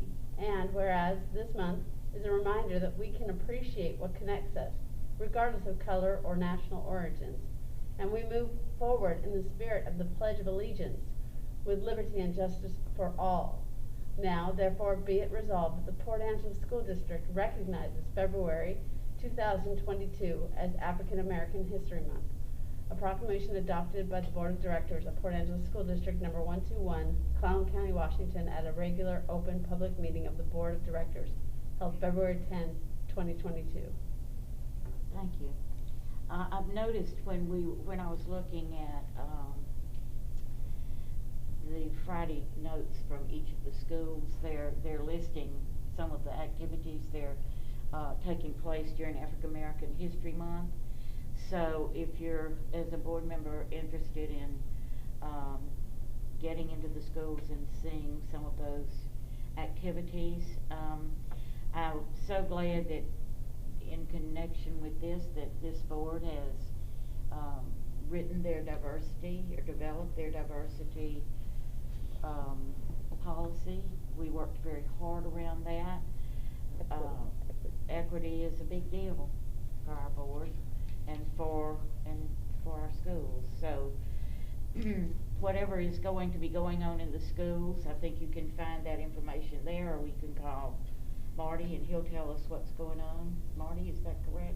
Yeah. There's usually something going on at the high school, I know, and at the middle school, as well as in classrooms all over the system. So we recognize that, and in our action items, we will be approving this resolution. Okay, and now it's time for our maintenance, operation, and facilities report. Nolan Deuce will be giving those reports tonight. Welcome, Nolan. Yeah, thanks for having me here tonight. It's Glad always, to have you always. It's always fun to do this. I can't say enough about the groups of people that we have working for the district. The maintenance, custodial, grounds, yeah, just fantastic. So I'm gonna go through this pretty quick, but it's hard when you're talking about, we have over 600,000 square feet in the Port Angeles School District inside. So with six maintenance guys, over 100,000 square feet each. If you start thinking about how big is 100,000 square feet, this building is about 35,000 square feet. So, and I wish they were all this new. They're not. We've got buildings that were built in the 50s, 60s, 70s, and you'll see Dry Creek and Roosevelt were built in the 90s and in the early 2000s. So we've got a lot of differences in what. All right. How's that? Okay. So you can see we've got a lot of differences in just the designs of the buildings, the ages of the buildings. So the maintenance guys, we do electrical, plumbing, roofing, carpentry, HVAC, which HVAC is heating, ventilation, and air conditioning. There's a lot to that. There's just a ton of work to there. That's 5 words, but it's just huge when you're talking systems in the school district. Low voltage systems, clocks, you think of the clock on the wall, but for the district, we've got digital clocks, we've got 24-volt clocks, we've got 120-volt clocks. They all have correction coils in them, so they're all at the same time. So there are systems that we're working on, and so when I say clocks here, again, it looks simple, but it's really not. There's a lot to it. Fire alarms, systems, security alarms, building system automations, what we do with our control systems to turn the stuff on, turn it off. We're charged with peak for electricity, so if we have a demand where all of our heating system comes on at the same minute, we have a huge peak at that minute, and that highest peak of the month is what our whole bill is based on. So we're trying to start a heater up, 2 minutes later start a different one up, 2 minutes later, and so we're trying to keep those peaks down because it ultimately keeps our costs down. So doors, locks, if you think about how many doors are in a school district and just walking through, there's a ton. Controlled access devices and access cards. We're doing boilers, pressure vessels, and air compressors, all which are monitored by L&I, so we're working with them closely to make sure that we're right up on top of it. The guys are just extremely capable. They're always on call. I think of them as good referees.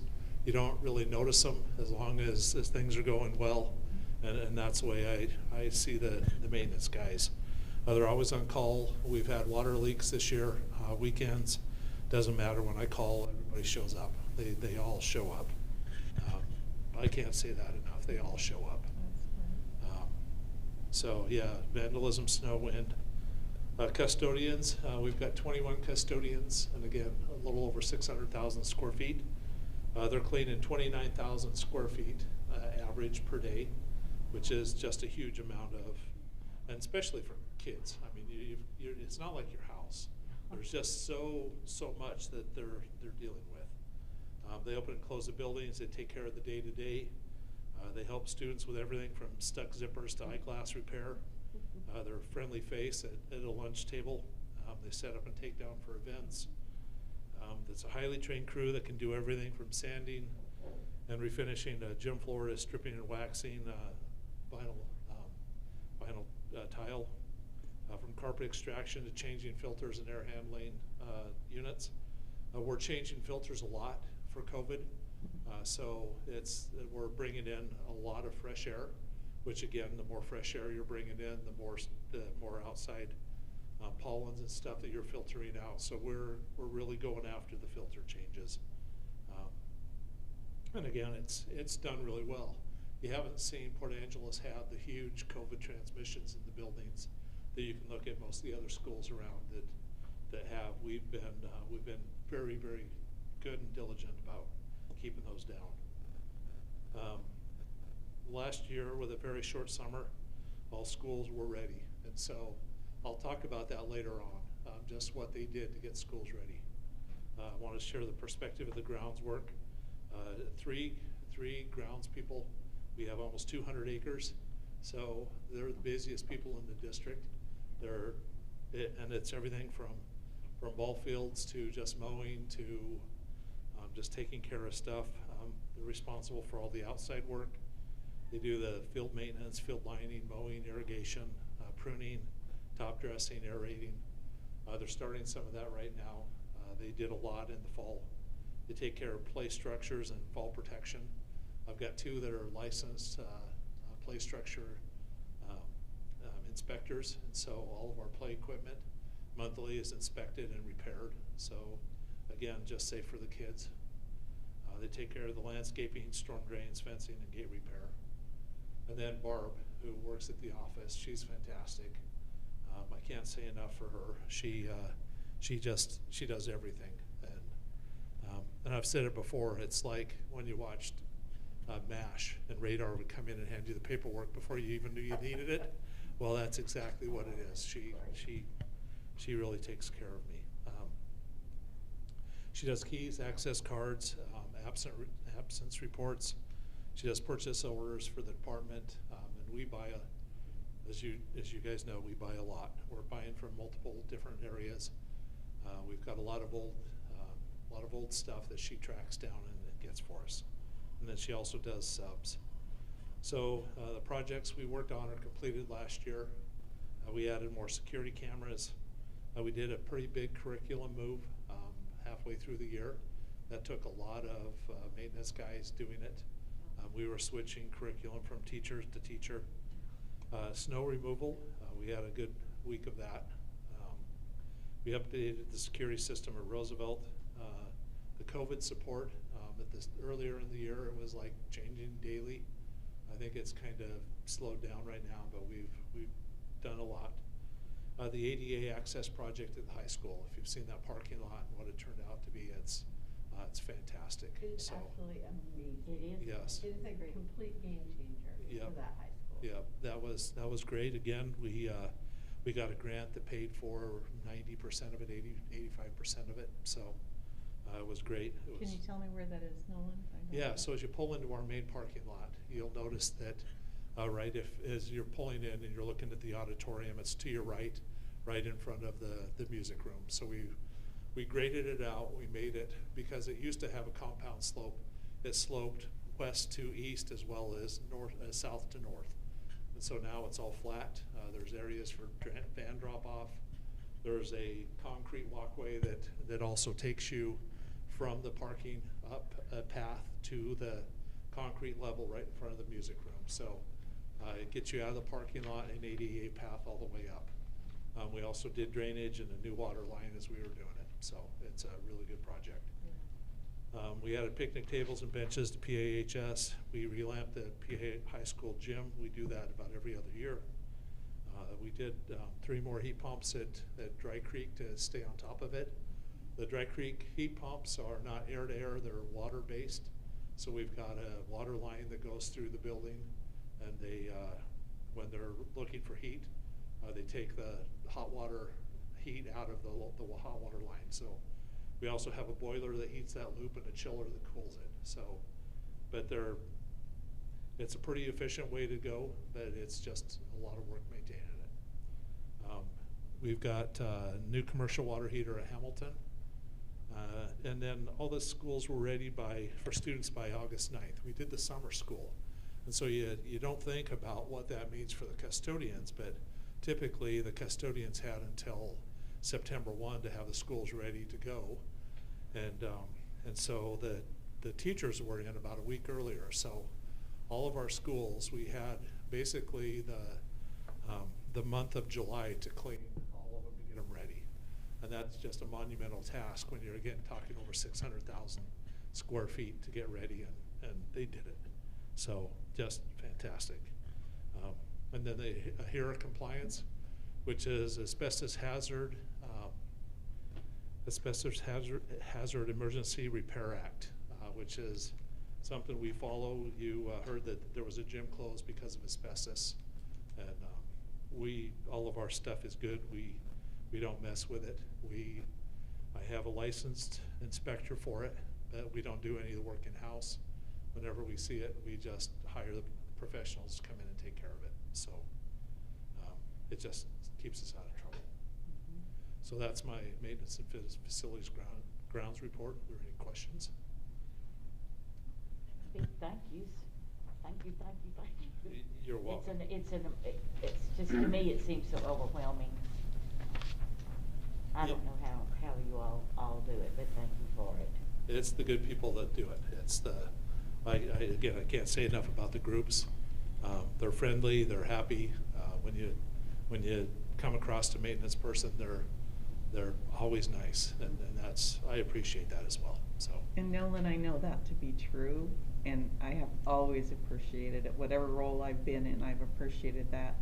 But it's a leader like you that makes those people happy and continue to work so hard and to respond, to get all of them responding when you have an emergency. That's your leadership. Thank you for that. Thank you. Thank you, Nolan. You're welcome. So the next report I've got is the asset preservation program. So the state, back in the early 90s, came out with a RCW that says that all buildings built after 1994 have to follow the proposed building condition standard. If you're using public monies on your building, then at the end of 30 years, they have to at least have a score of 62 or higher, or you lose out on some of those public monies. And so every year you have to score your buildings and take them in front of the board to show what the scores are. So Dry Creek this year is 25 years old. So Dry Creek, you don't think of 25 years old, but it's 25 years old. Wow. And Jefferson is coming up on 18 years. So if we can go into the ICOS, the Dry Creek. Okay. So Dry Creek is 53,000 square feet. It's one of our bigger elementary schools. Again, it was built in 95, and 96 was the first year that it was done. So the score for Dry Creek is 76.3, and the state says at this point in time it should at least score a 69.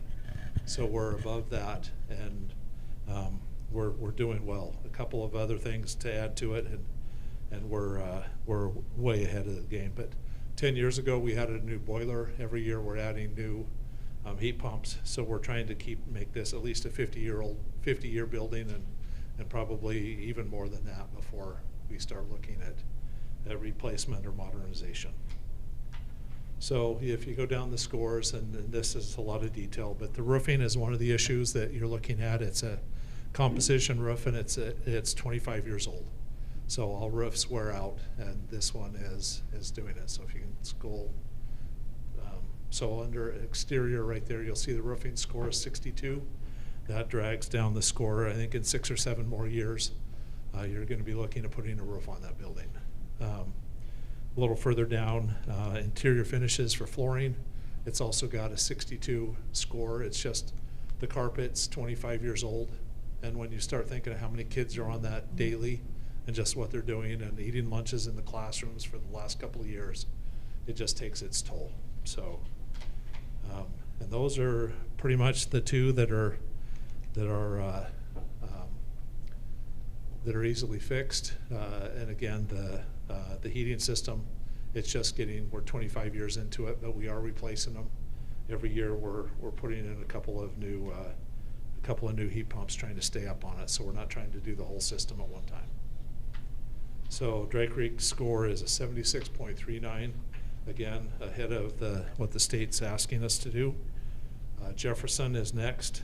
Jefferson is an 18-year-old building. It scores a 78.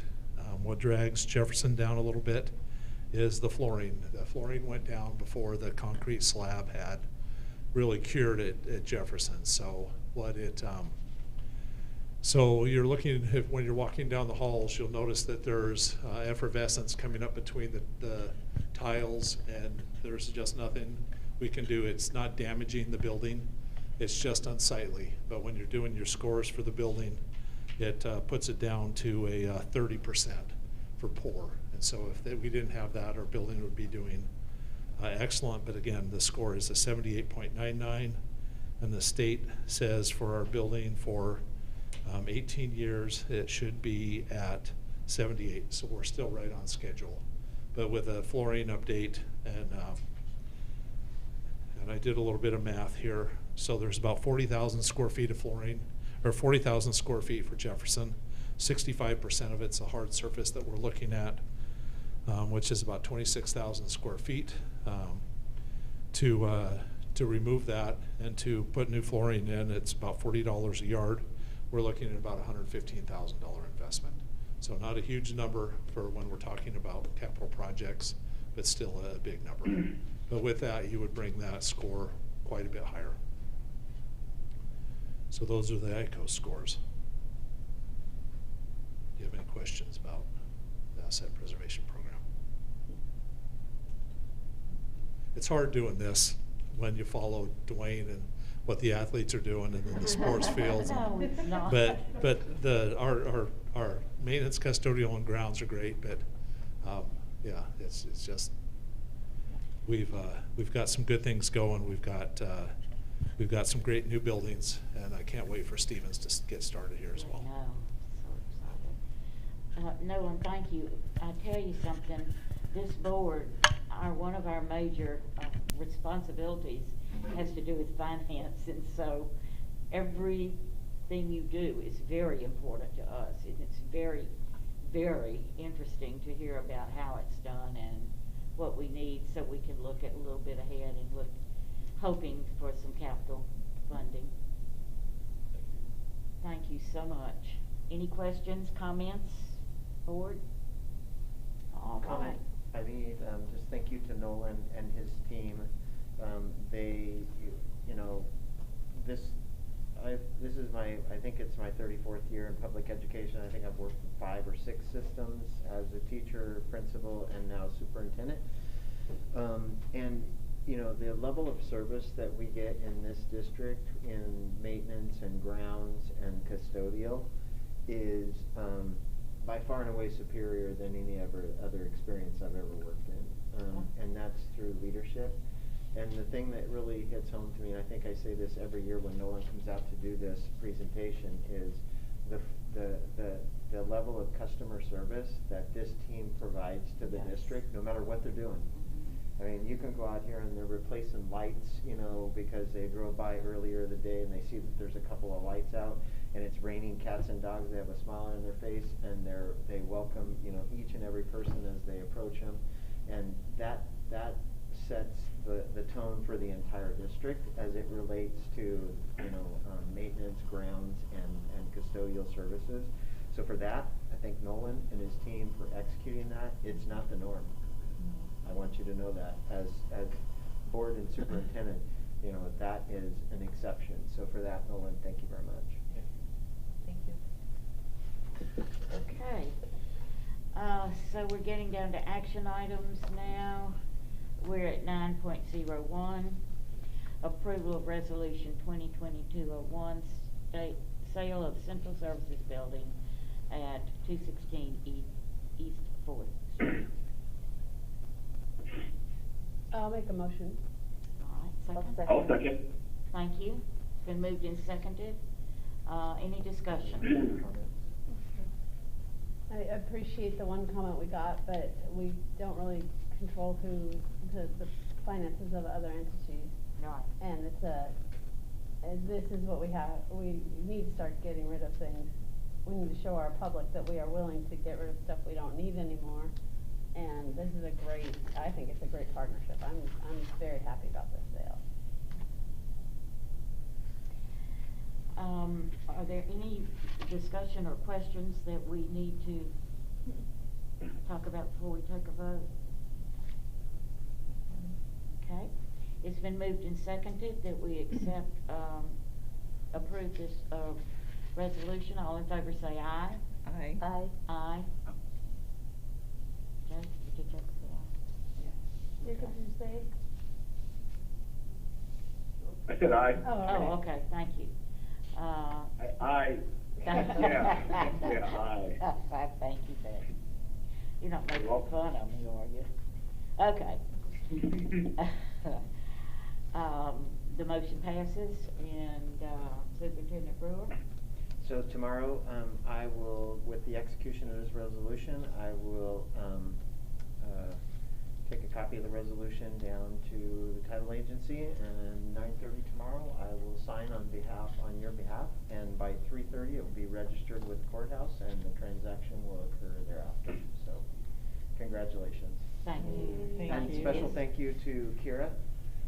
Kira has, Thank you, Kira. when you're talking We about appreciate your work. the sale of public land, Yes. it is very complex, Yeah. detail-oriented, and so the tenacity that Kira has, placed in making sure that this happens with this property and the Mount Pleasant property, thank you very much, Kira.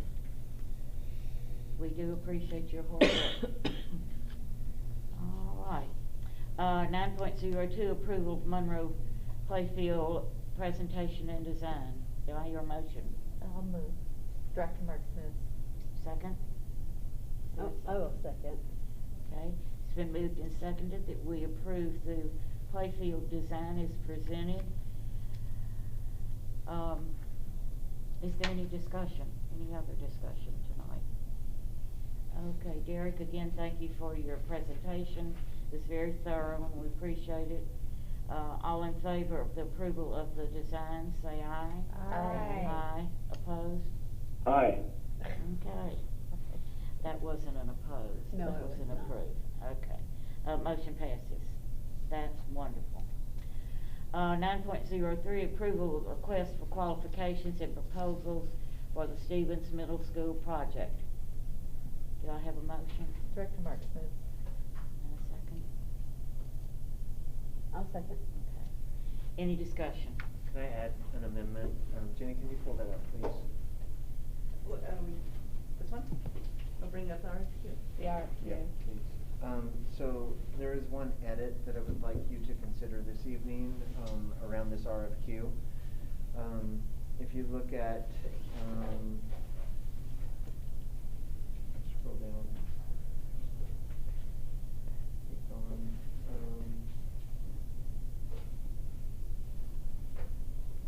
I'm difficulty Right there. finding it. Nolan, can you help me? Yep, so it's bottom right, where you There see it is. May 1st. Yeah, May 1st.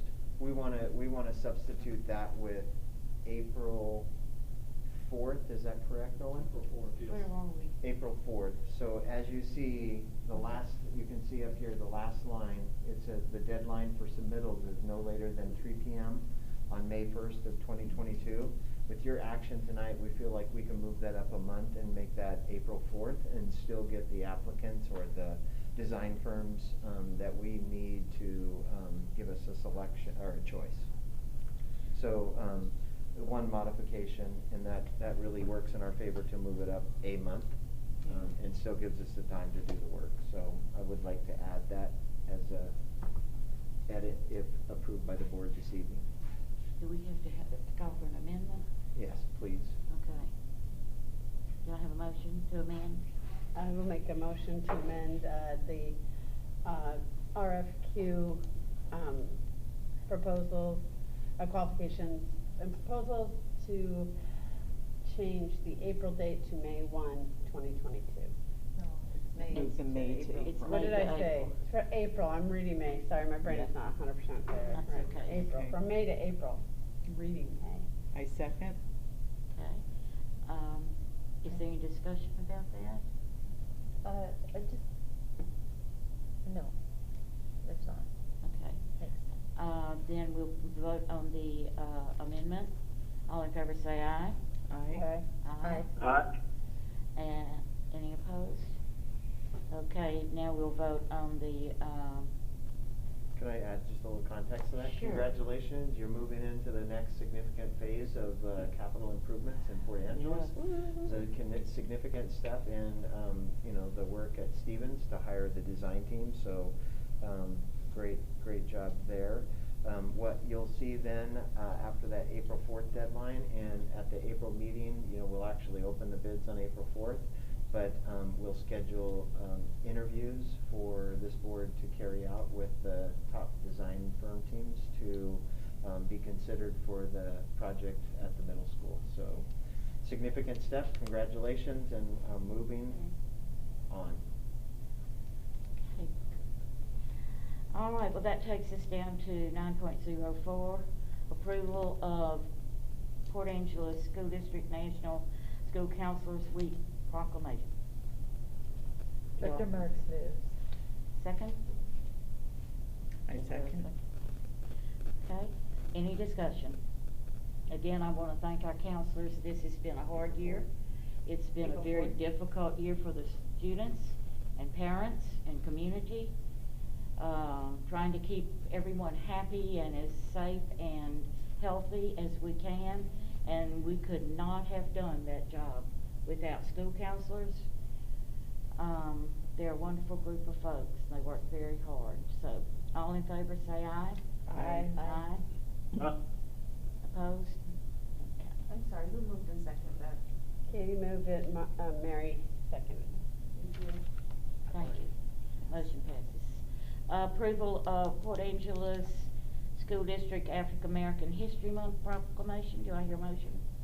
I'll make a motion. Second. I'll second. Okay. Any discussion? Okay. All in favor say aye. Aye. Aye. Aye. Okay. Motion passes unanimously. Now we're at the approval of our first reading, a series of first readings tonight. This is approval of first reading of policy 3220, freedom of expression. I'll make a motion. Second? I'll second it. Okay. Is there any discussion about this policy? I am, when I read this policy, I was looking for references to social media, and I didn't really feel like I found what I was looking for, so, To I think- social media? Yeah. In the policy or in the, follow-up? Within the policy? Well, either. I guess one way to address it would be to put a reference in the policy to the policy, students and telecommunication devices. Okay. That'd be one way to kind of, to weave it in, because there's a student expression and speech is kind of intertwined with social media and Yes. the blurred lines between on and off campus. Yeah, see, and I think that's right there is where we run into the issue. It's such a complicated situation. This is only really discussing what's happening on school premises. And I don't think that social media has, like, I believe in the on-campus only perspective, so that's fine. Yeah, I think it's such a huge, I feel like it needs almost its own policy at this point about social media, because we can't control social media, and that's the problem with social media, right? Yes. How, Huge problem. I think that, it's easy for me to take a leaflet that somebody comes to us and says, we'd like to distribute this to everybody in school. I can read it, I can judge it, sign off on it. But if somebody's just mean, mean in the back, putting up a mean Twitter, now, that's a whole other, this is a totally separate thing. I think we have to learn how to deal, we're gonna have to figure out how to deal with this. I don't know if this policy is where we can do it, because it's such a big issue. Well, I just looked through a bunch of our other policies looking for something that addressed it, and I agree, it's not there. I don't think it's really anywhere. I think that's something, honestly, Katie, that we need to do. Mary, were you in the policy committee meeting? I am in the policy meeting. Do you, but- and do you recall any discussion around the social media I don't. issue? I don't. Do you, Marty? No. I don't recall that. This is a first reading, and we can, you know, I think we could go on for hours tonight about Right. the impact of social media on kids and their behaviors, and particularly their social emotional life. It's just heinous out there. It's scary to me, and I'm old, but I understand social media very well. I have a son and a granddaughter and a husband, and I'm not that old that I don't use my computer every day, and I'm on Facebook, etc. I see things that are shocking to me. Well, it's such a huge issue. Just, we have to, I mean, it's been nice to stay out of it, because it isn't something that's. Yeah, I know, but that time has passed. We have got to get, you're absolutely right, Kate, we've got to get our hands in it. I don't know the answers. I have no clue where to even start. I wonder if WASDA has touched this. Has it come before? Has any kind of policy from WASDA come into you all? No? I'm not aware of one. That might be something that we want to check in on. Yeah, and I mean, it's so problematic, because if most of it happens not on campus. Well, correct. And then we're really talking about people's, you know, do we And we have. don't have control. What jurisdiction do we have at that No, point? we don't have No, any. it's all about on campus. Yeah, so how do we prove that that mean tweet was sent? I I think guess it really still comes back to what this policy is getting to, which is that, you know, there is, you know, a safe environment that we are creating, and we're also nurturing, you know, student speech, right? And I think that as long as, you know, there's no evidence of, you know, disruption in school, then that's not what, you know, I don't wanna go after anything that's not just, you know, we're looking for things that, we're creating a policy around keeping our schools, a good environment and avoiding disruption. So, you know, the social media that we're looking for are things that, kinda address those issues, and that's where I felt like this particular policy was speaking to, right? It talks about student expression, and it talks about keeping a safe environment, and to me, this policy is just merely, not merely, but is lacking specifically calling out social media as being a part of a student's, you know, expression, right? So, but, you know, if social media is causing a disruption on campus and creating an environment that's not, you know, safe or, you know, welcoming, then, you know, I think that there needs to be something called out. So I would like to send this back to the policy committee. Okay. And ask that we research WASDA or what other schools are doing. Or potentially linking in a reference to the telecommunication devices policy that students have as well. That's in that student section as well. Yeah, because, I mean, theoretically, we can control this. Right. Right. But we do have a telecommunication policy. Right. Yeah, students, and it's 3245 students in telecommunication devices. Yeah. Anyway, that's what I would suggest, is we do a little more research. Okay. And see if it's someplace else within other policies. Or if WASDA has a way for us to control social media in the schools. Well, we can, I don't know if that's what I'm going for. Because, I mean, that's what this speaks to, is how much we control what's going out what's going out based on us, what students, the school newspaper, and you know, hey, we're having a pep rally on Friday, to, hey, we wanna do a demonstration. Well, maybe this is the wrong place for it, 'cause I still didn't find what I was looking for in other policies either. Well, yeah, it's definitely something that needs to be. Well, it's been moved and seconded that we, accept this first reading.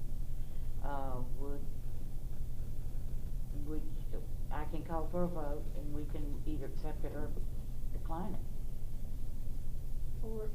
I think, if I may, I think what might be a good compromise this evening is, this policy has made it through the policy committee for freedom of expression.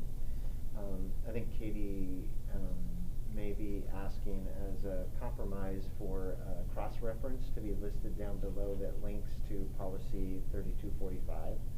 That will start another conversation, that's broader, and I agree with, I think Sarah referenced this, social media is its own, I mean, I don't think we embed social media in any other policy. I think we're gonna need to address social media within its own policy at some point in time.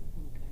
I don't think that's, you know, we obviously won't do that, you know, in the next month or so. I think there's even, you know, Katie referenced, earlier today, she sent me a link to, a Supreme Court ruling that will take place, you know, on this very concept. And so there will be changes thereafter, depending on which way that goes, and, you know, just the right to privacy and how that relates to school consequences. So I think the landscape will change again over the next 3 months.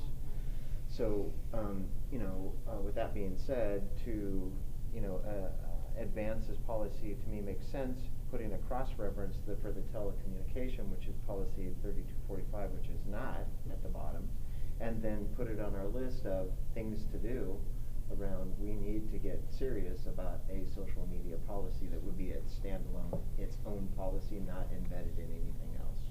That would be my recommendation to the board this evening. I don't know if that is what you're thinking, Katie, or if I misrepresented what your thoughts were. Yeah, I think that's a great compromise, actually. I'm fine with that. Mm-hmm. Yeah. Do we need I to think amend this policy? It's an amendment then. Would you like to move? Yes, I'll make a move to amend the policy 3220 to include a cross-reference to policy 3245, which is students and telecommunication devices. Isn't that here? No, it's not.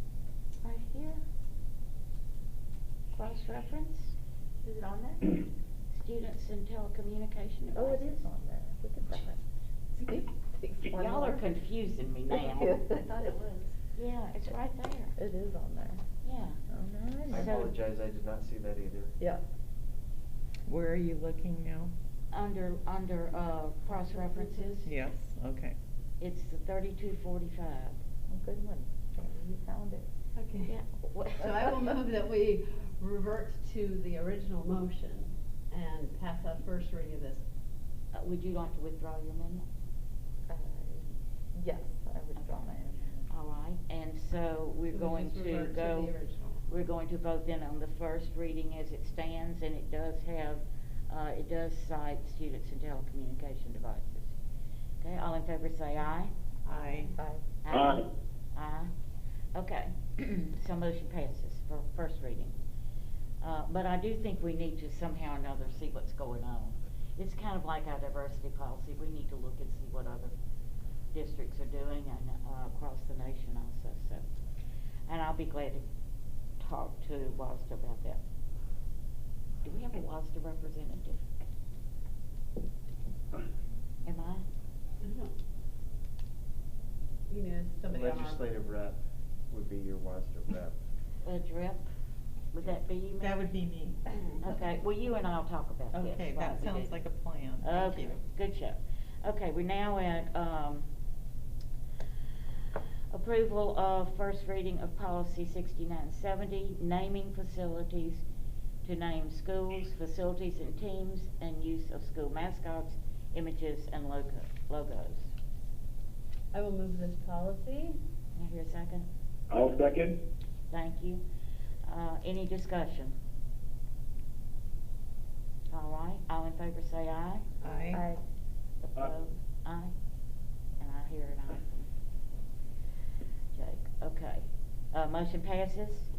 9.08, approval of first reading policy 4311, school safety and security services program. Got your motion? I'll move. Second? I'll second. Any discussion? Okay, all in favor say, excuse me. No, that's okay. I was just, there's something in here about how it would be our job to make sure that the students are made aware of their, the district must present and discuss with students and distribute to students' families information about the role and responsibilities. Do we have something where we're actively, I have no recollection of where we actually tell our students what the, where we present it and discuss having an SRO on campus. Is that a thing we do? It says we do, it says we should. Can I read the text of that?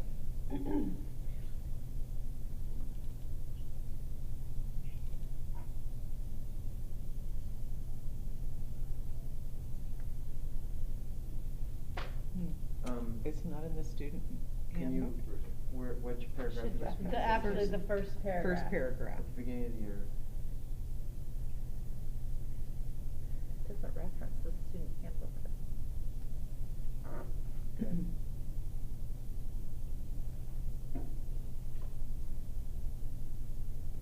I don't know if there's, I mean, I can check on that, Sarah. Yeah. Okay. If it's not in, I mean, I think there's opportunities for informal introductions and, you know, Yeah.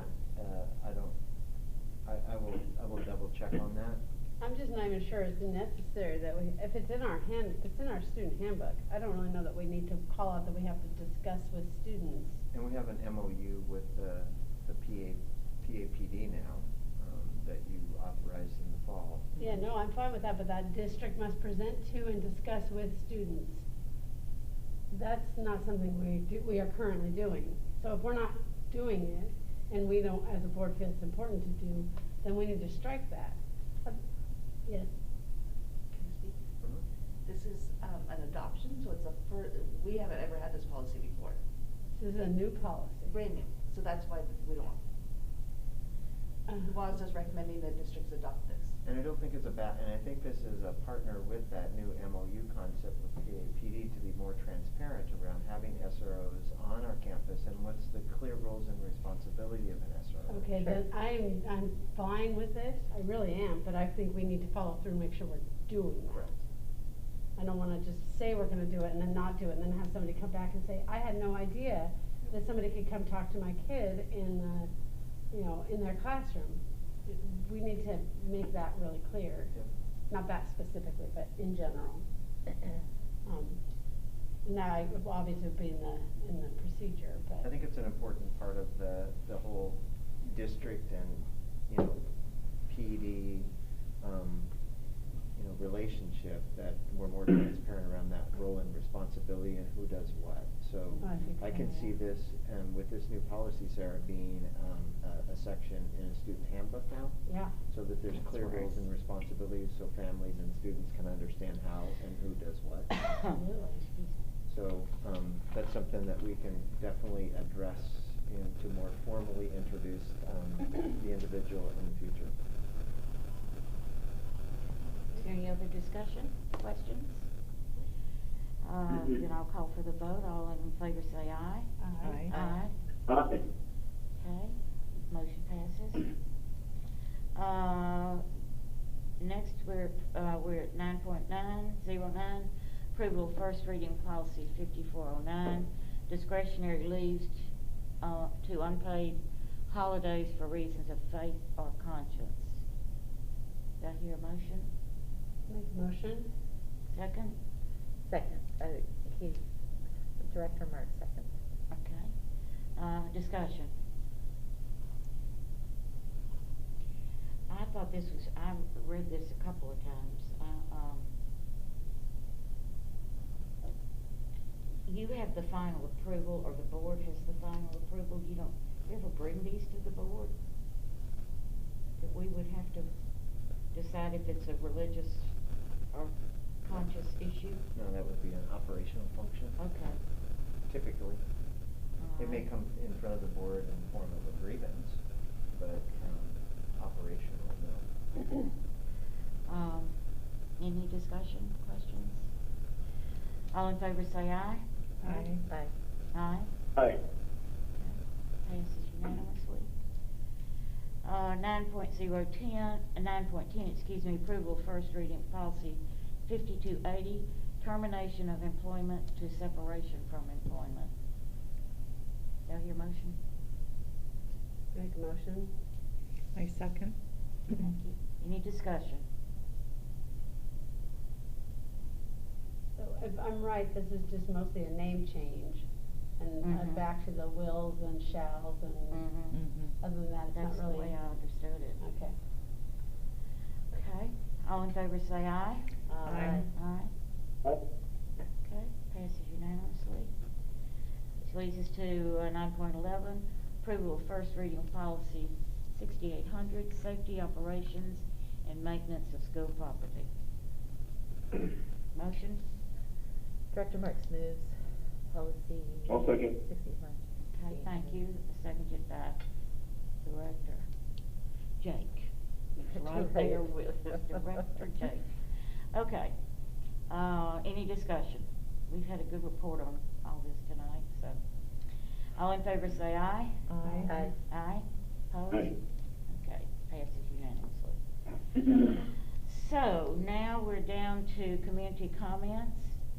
Do we have any community comments? Do you have any? I have, no. There are two items that we want to put into the record that are in front of you for your reading. We do have an email from Emily April. And it is regarding policy 2145P, suicide awareness and prevention. So that is available to you. And the second item we'd like to enter into the public record this evening is from Dave and Kathy Zelinka. That is an attached letter of notice as a formal comment regarding mask mandate. So those will just be entered into the minutes? Minutes in the record and available for your reading. Okay. So. And we had no, okay. Good. So we're now down to Board of Director comments. Sonny, you want to go first? We've missed you. I'm glad you're here tonight. Well, thank you. We're halfway through the second trimester and looking forward to springtime. We have unfortunately been experiencing a large drop in attendance due to COVID, but things are getting better and staff will be rewarding students who have attended every day each week with a healthy treat on Fridays. On Tuesday the 1st, we had a walk-in for students to stay after and work with teachers on assignments, and there was pizza at the end. There has been a request for a weekly tabletop gaming club after school. Lincoln will be posting a schedule for that soon, and they're extending the invitation to high school students from CBO. I'm sorry, I can barely hear you. Can you speak up just a little bit? Thank you. And on February 25th from 5:30 to 6:30 p.m. at Lincoln High School, there's an art show that I have an invitation for the board. Oh, good. Thank you. Tell me again what day? On February 25th from 5:30 to 6:30 at Lincoln High School. Oh, good. And can you repeat about the lock On Tuesday the 1st, we had a lock-in for students to stay after and catch up on any late assignments. And at the end, there was a pizza dinner reward. Good. Lots of people sick. Yeah. I'm sorry. Yeah. Well, thank you. Thank you. We love to keep up with what's going on. Oh, look, this is wonderful. I can't wait. Mhm. Yeah. Thank you. Okay, and our Luke is not here with us this evening.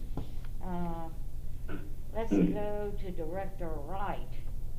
Director Wright, how are you? Hey, I'm here. You feeling better? I'm feeling better. I'm tired of being on the bench. I know. We missed you tonight. Do you have Yeah. anything you want to share with us? Yeah, I do. Okay.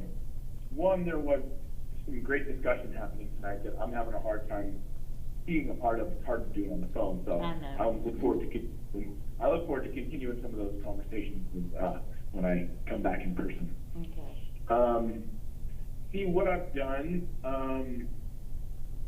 Well, before I got sick, I had started going and visiting schools with Michelle and observing Character Strong in action when it was the middle school and the high school. Mm-hmm. I'm not ready to.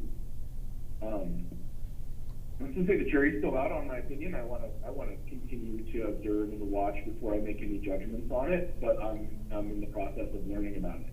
Okay, good. Good. Mm-hmm. We need your feedback. Yeah. What was that? We need your feedback.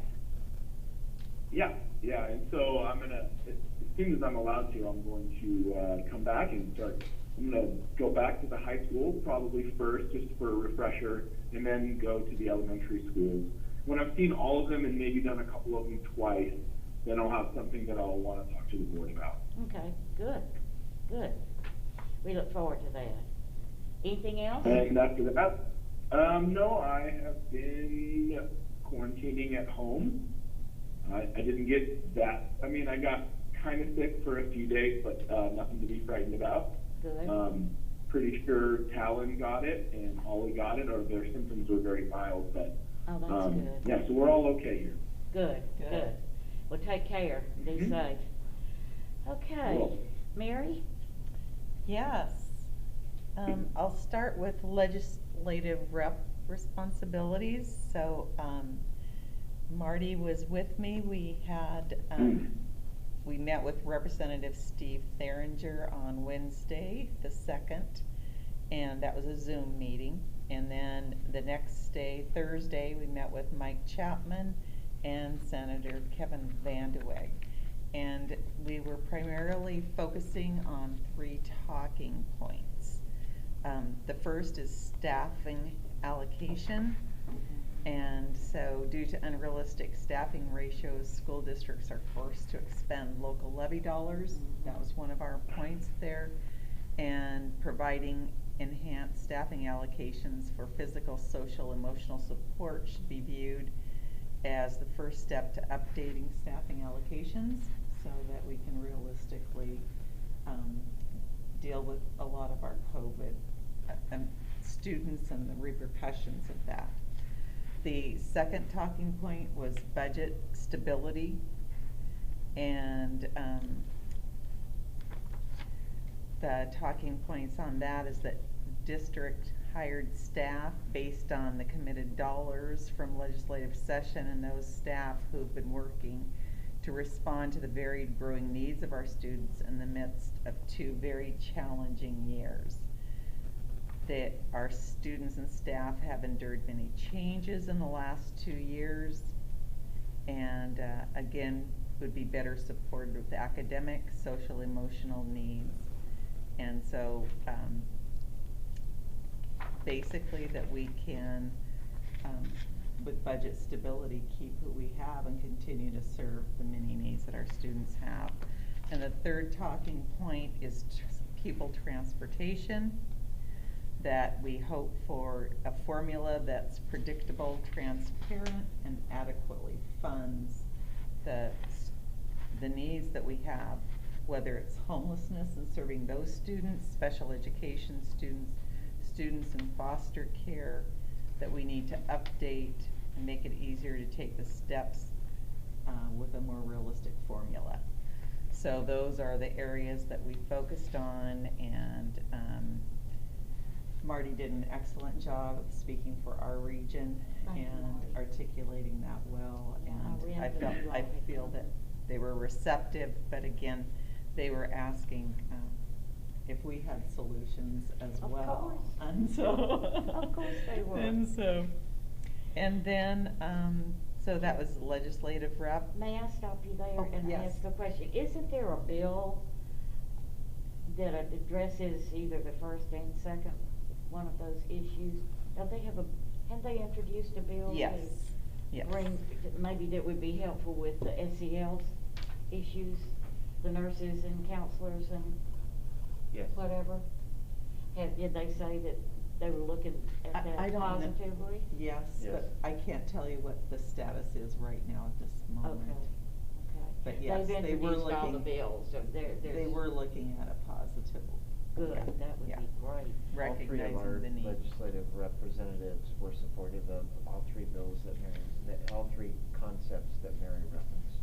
Good, good.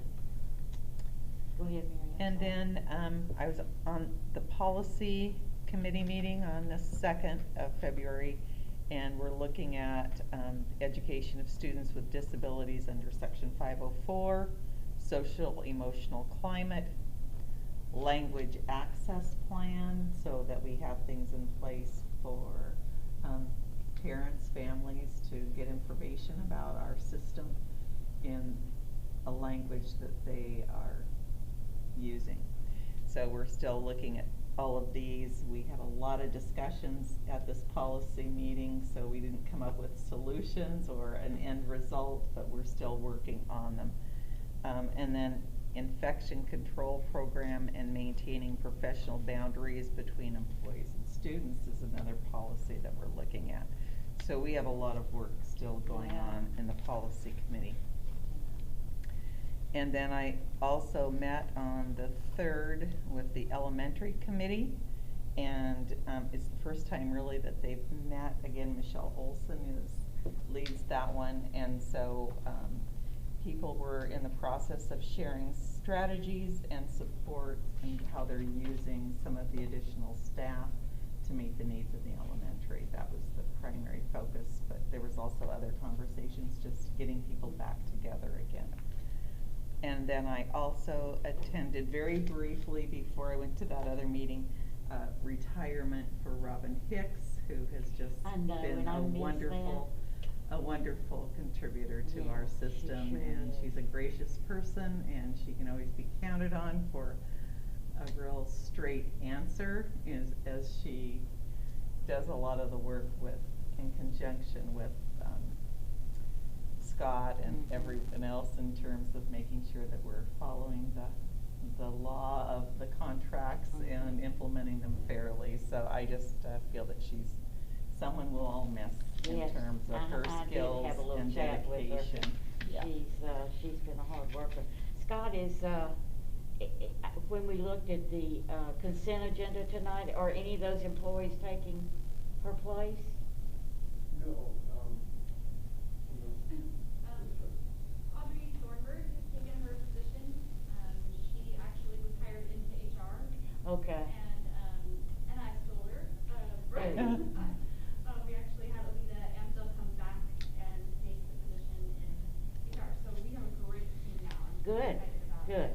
I just want to be sure you had enough folk. Oh, yeah, it's a great group now, and they're excited to now come. Good, good. And then finally, I've scheduled 2 elementary meetings for next week with Dry Creek and Hamilton. And that's everything I have. Well, you have been a busy school board member. I've been very busy. Yeah, thank you. For, Thank you. for your legislative. I think they probably are glad to see new faces. I know they don't want to see mine. Well, I have a lot of learning to do, but I'm hanging in there. Well, so. that's good to get to know. You probably already know them anyway, but it's good for them to see your face as a new member of our school board. Thank you. Sarah? Nothing to report. I just want to say on behalf of the board that we love you and we're with you, okay? Okay. All right. Katie? I want to report that Port Angeles beat North Kit South tonight. Yay! And the girls. And the girls? Oh, I the didn't hear boys about and the girls. Oh. Okay. Well, then we're reigning. That's a victory for. Oh, okay. reigning co-champions, huh? Yeah, no. That great. is wonderful news. Yay. That is wonderful Let's see, news. it's been a while, but I did attend the tech committee meeting on January 18th.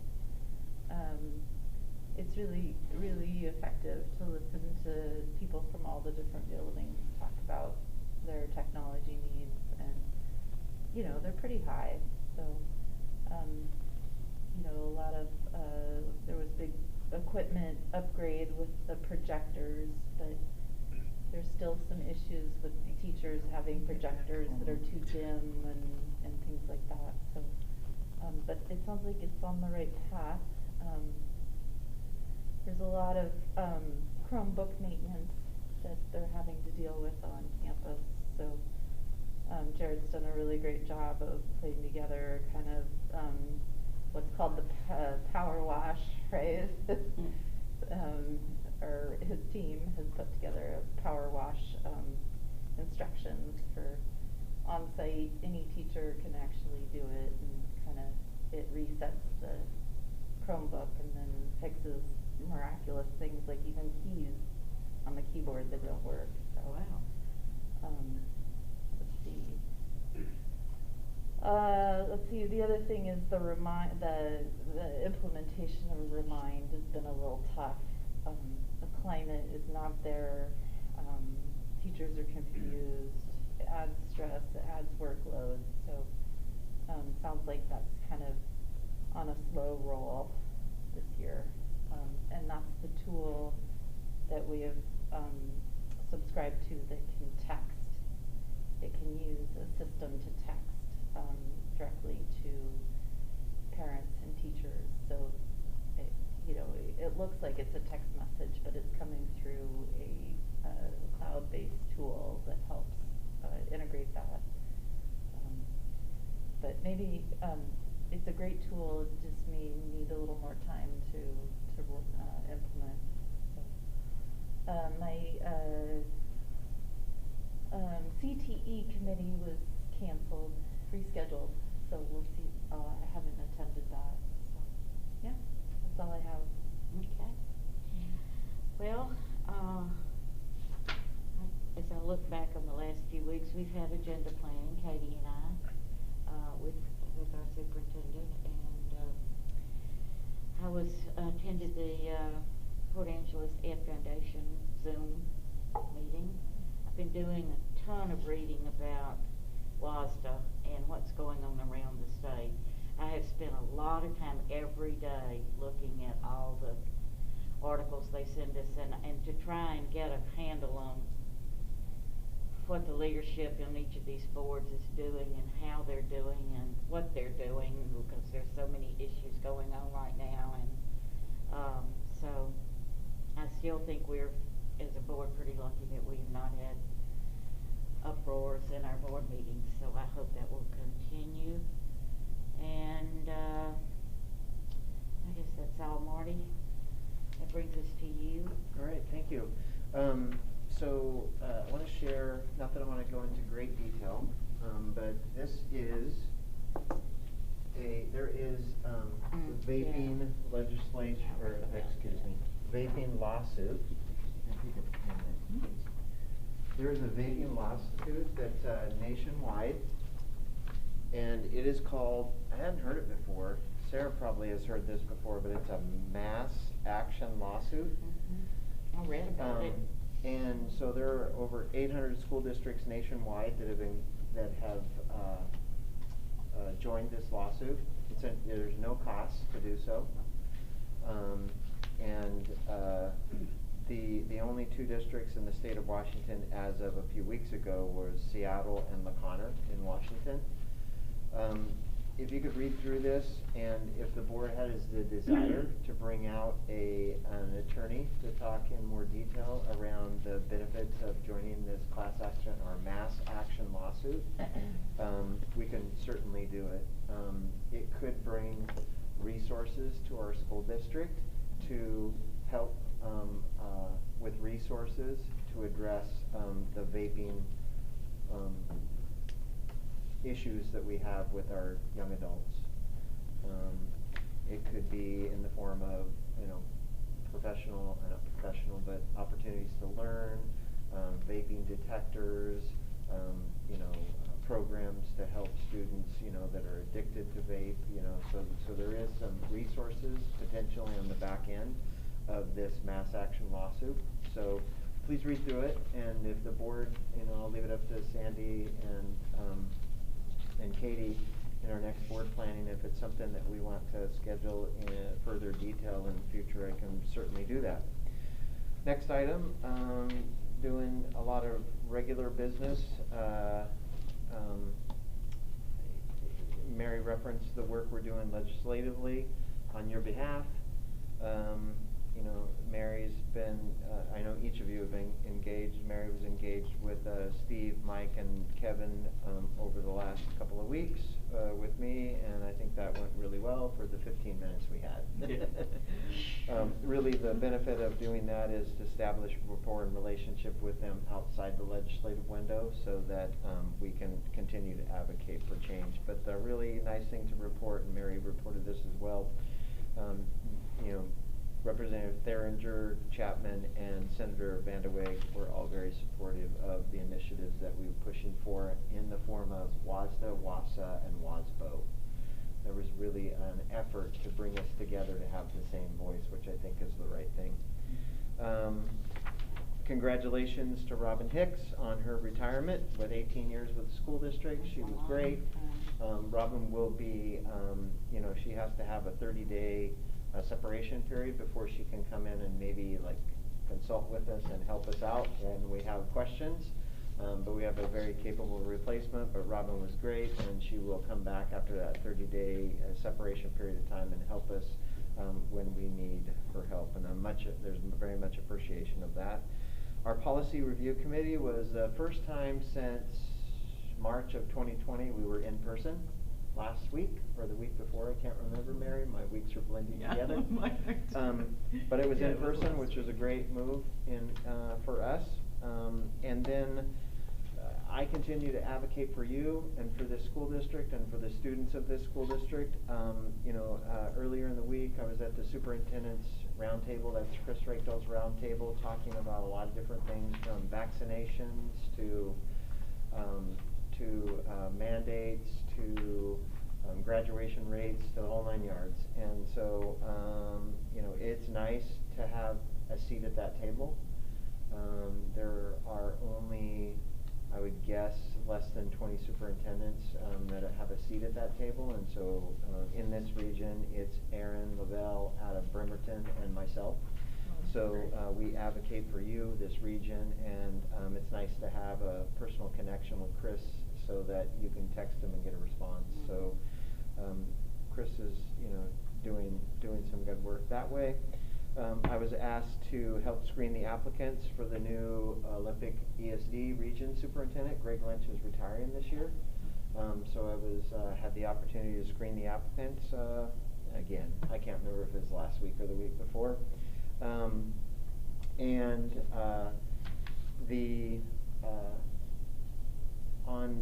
The one thing I want to alert, and I know social emotional learning and is at the forefront of all of our conversations. And so on the March 10th meeting, Michelle Olson will be doing her teaching and learning report, and that will be specifically to the social emotional learning effort that we are making in our system, so you can see the comprehensive program that we are offering, not just Character Strong, but then also Character Strong and what we're doing to try to revamp that maybe in a little different way that could be more acceptable to staff and students. And so you'll get a more detailed report on March 10th around our efforts as it relates to social emotional learning. And, oh, one other thing. So, you know, so this week is, the tensions around mandates has risen this week. And I don't know exactly what that is, but there is tension. We've had, you know, lots of different interactions, you know, at, you know, the principal level and the cabinet level around, you know, concerns. We're handling those very well. Today, at Port Angeles High School, we had approximately 20 students that protested, or that were protesting the mask mandate. I'm very proud of our high school staff. You know, we believe in, you know, freedom of expression and the ability to do so in a very, you know, safe manner and civil manner. And our students did that, and, you know, we gave them a space to do that, which was out in front of the school, and we also accommodated their needs around if they needed water, or if they needed their lunch brought to them, or they needed to use a restroom. We gave them the time and space that they needed. We even used it to create kind of a teachable moment where they could, you know, learn how to write a persuasive paper or a persuasive letter that would go to myself or Dr. Berry. And the principals kind of led that with the students. In the end, we gave them plenty of time and space to share their concerns. About 75% of those students, the 20 that were protesting, went back to class with their mask on, and the other 25% chose to go home for the remainder of the day. And that's the key here, is they chose to go home. There was no suspension, there was no consequences. We did not, that's not what we believe here, you know. And so, you know, it's our job and duty to help all of our patrons and our students understand, like, why we have to do this, and you know, where we're at in this space. And with that being said, you know, in my conversations with Chris Reykdal and, you know, state leaders across the state, the governor's office, changes are coming. And you've heard that and you feel that. I don't know when those changes are. There's really nobody that knows that at this point in time other than the governor.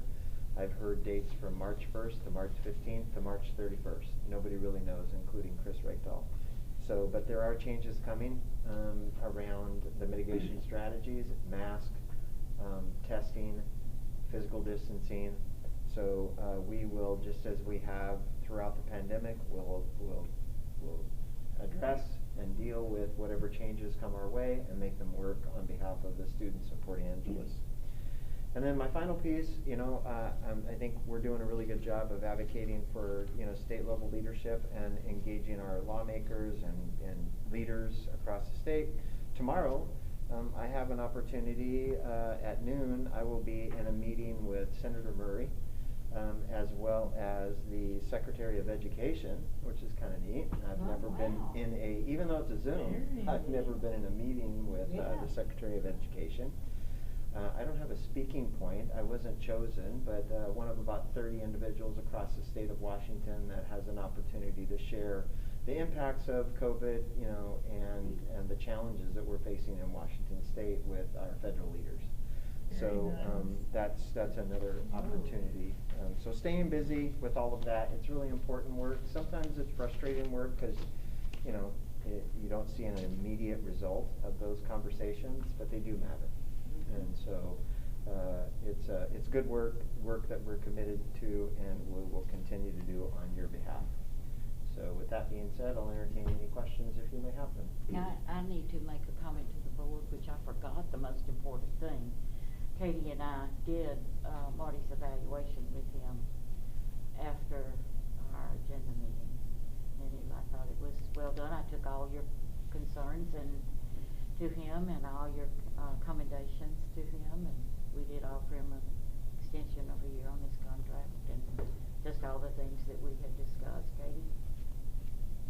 That pretty much. Thank you. Yeah, that was, and I'm sorry, it just flew out of my mind. Excuse me, Marty. That's okay. And I also want to say to Jared, thank you so very much. I love this computer. This is very nice. Oh, thank you. And it's all set up. Huh? You're welcome, that's Marty and Jenny. Thank you, Marty and Jenny. Thank you so much, it's Yeah, just I wanted wonderful. to address this. Yeah, are you gonna answer Greatly this one? appreciated. What's that? The Emily April email, Yeah. or You're have gonna you handle it. addressed that, or will you be addressing? I'm not that? addressing it tonight, but I No. will address it, yes. Okay, thank you. Yep. Absolutely. I panicked when I saw it regarding what policy. I said, oh my goodness, are we talking about that policy? No, but we're not, so. Yes. Huge time. Yes, we will, Okay. we will be addressing that, and part of the, yeah, that's part of the comprehensive program around social emotional, because it all I was connects. wondering, is Michelle gonna talk about it Yep. as well? Okay. And that was one of the items that, in your evaluation, that, you know, the suicide ideation, you know, so we will share what we're currently doing and what we will be doing, you know, in the future. Okay. Yep. Thank you. Okay, so we need to talk about our next meeting. Next meeting is scheduled for Thursday, February 24th, 2022. I am going to ask for a 6 o'clock study session that will give us an opportunity to launch our strategic plan. And so it's an opportunity. I am in conversations with a professional leader by the name of Ann Ranker to help facilitate the strategic planning process. I've had those conversations with Katie and Sandy, but I would like to bring her to the February 24th meeting and the study session to talk about how you would like to see this process work through over the next several months to complete a strategic plan to be launched September 1 of 2022. So 6 o'clock strategic plan study session, provided it's approved by the board leadership. The 7 o'clock regular meeting will be right here in room 208. We will have the Dry Creek Elementary report. We will have the Student of the Month report, the recognition of National Board Certificated Teacher. So we're really proud of a teacher within our system that achieved that goal. We will have a fall testing report. So SBA tests have been completed, and we will bring out updated data on that throughout our system. We'll have a CTE report, a January financial report, and an enrollment report on that evening. Okay. Is there anything for the good of the board? Good. And I declare this meeting adjourned. Thank you. Thank you. Jenny, I think these are just for me. Yes. Okay. And I'm gonna give this.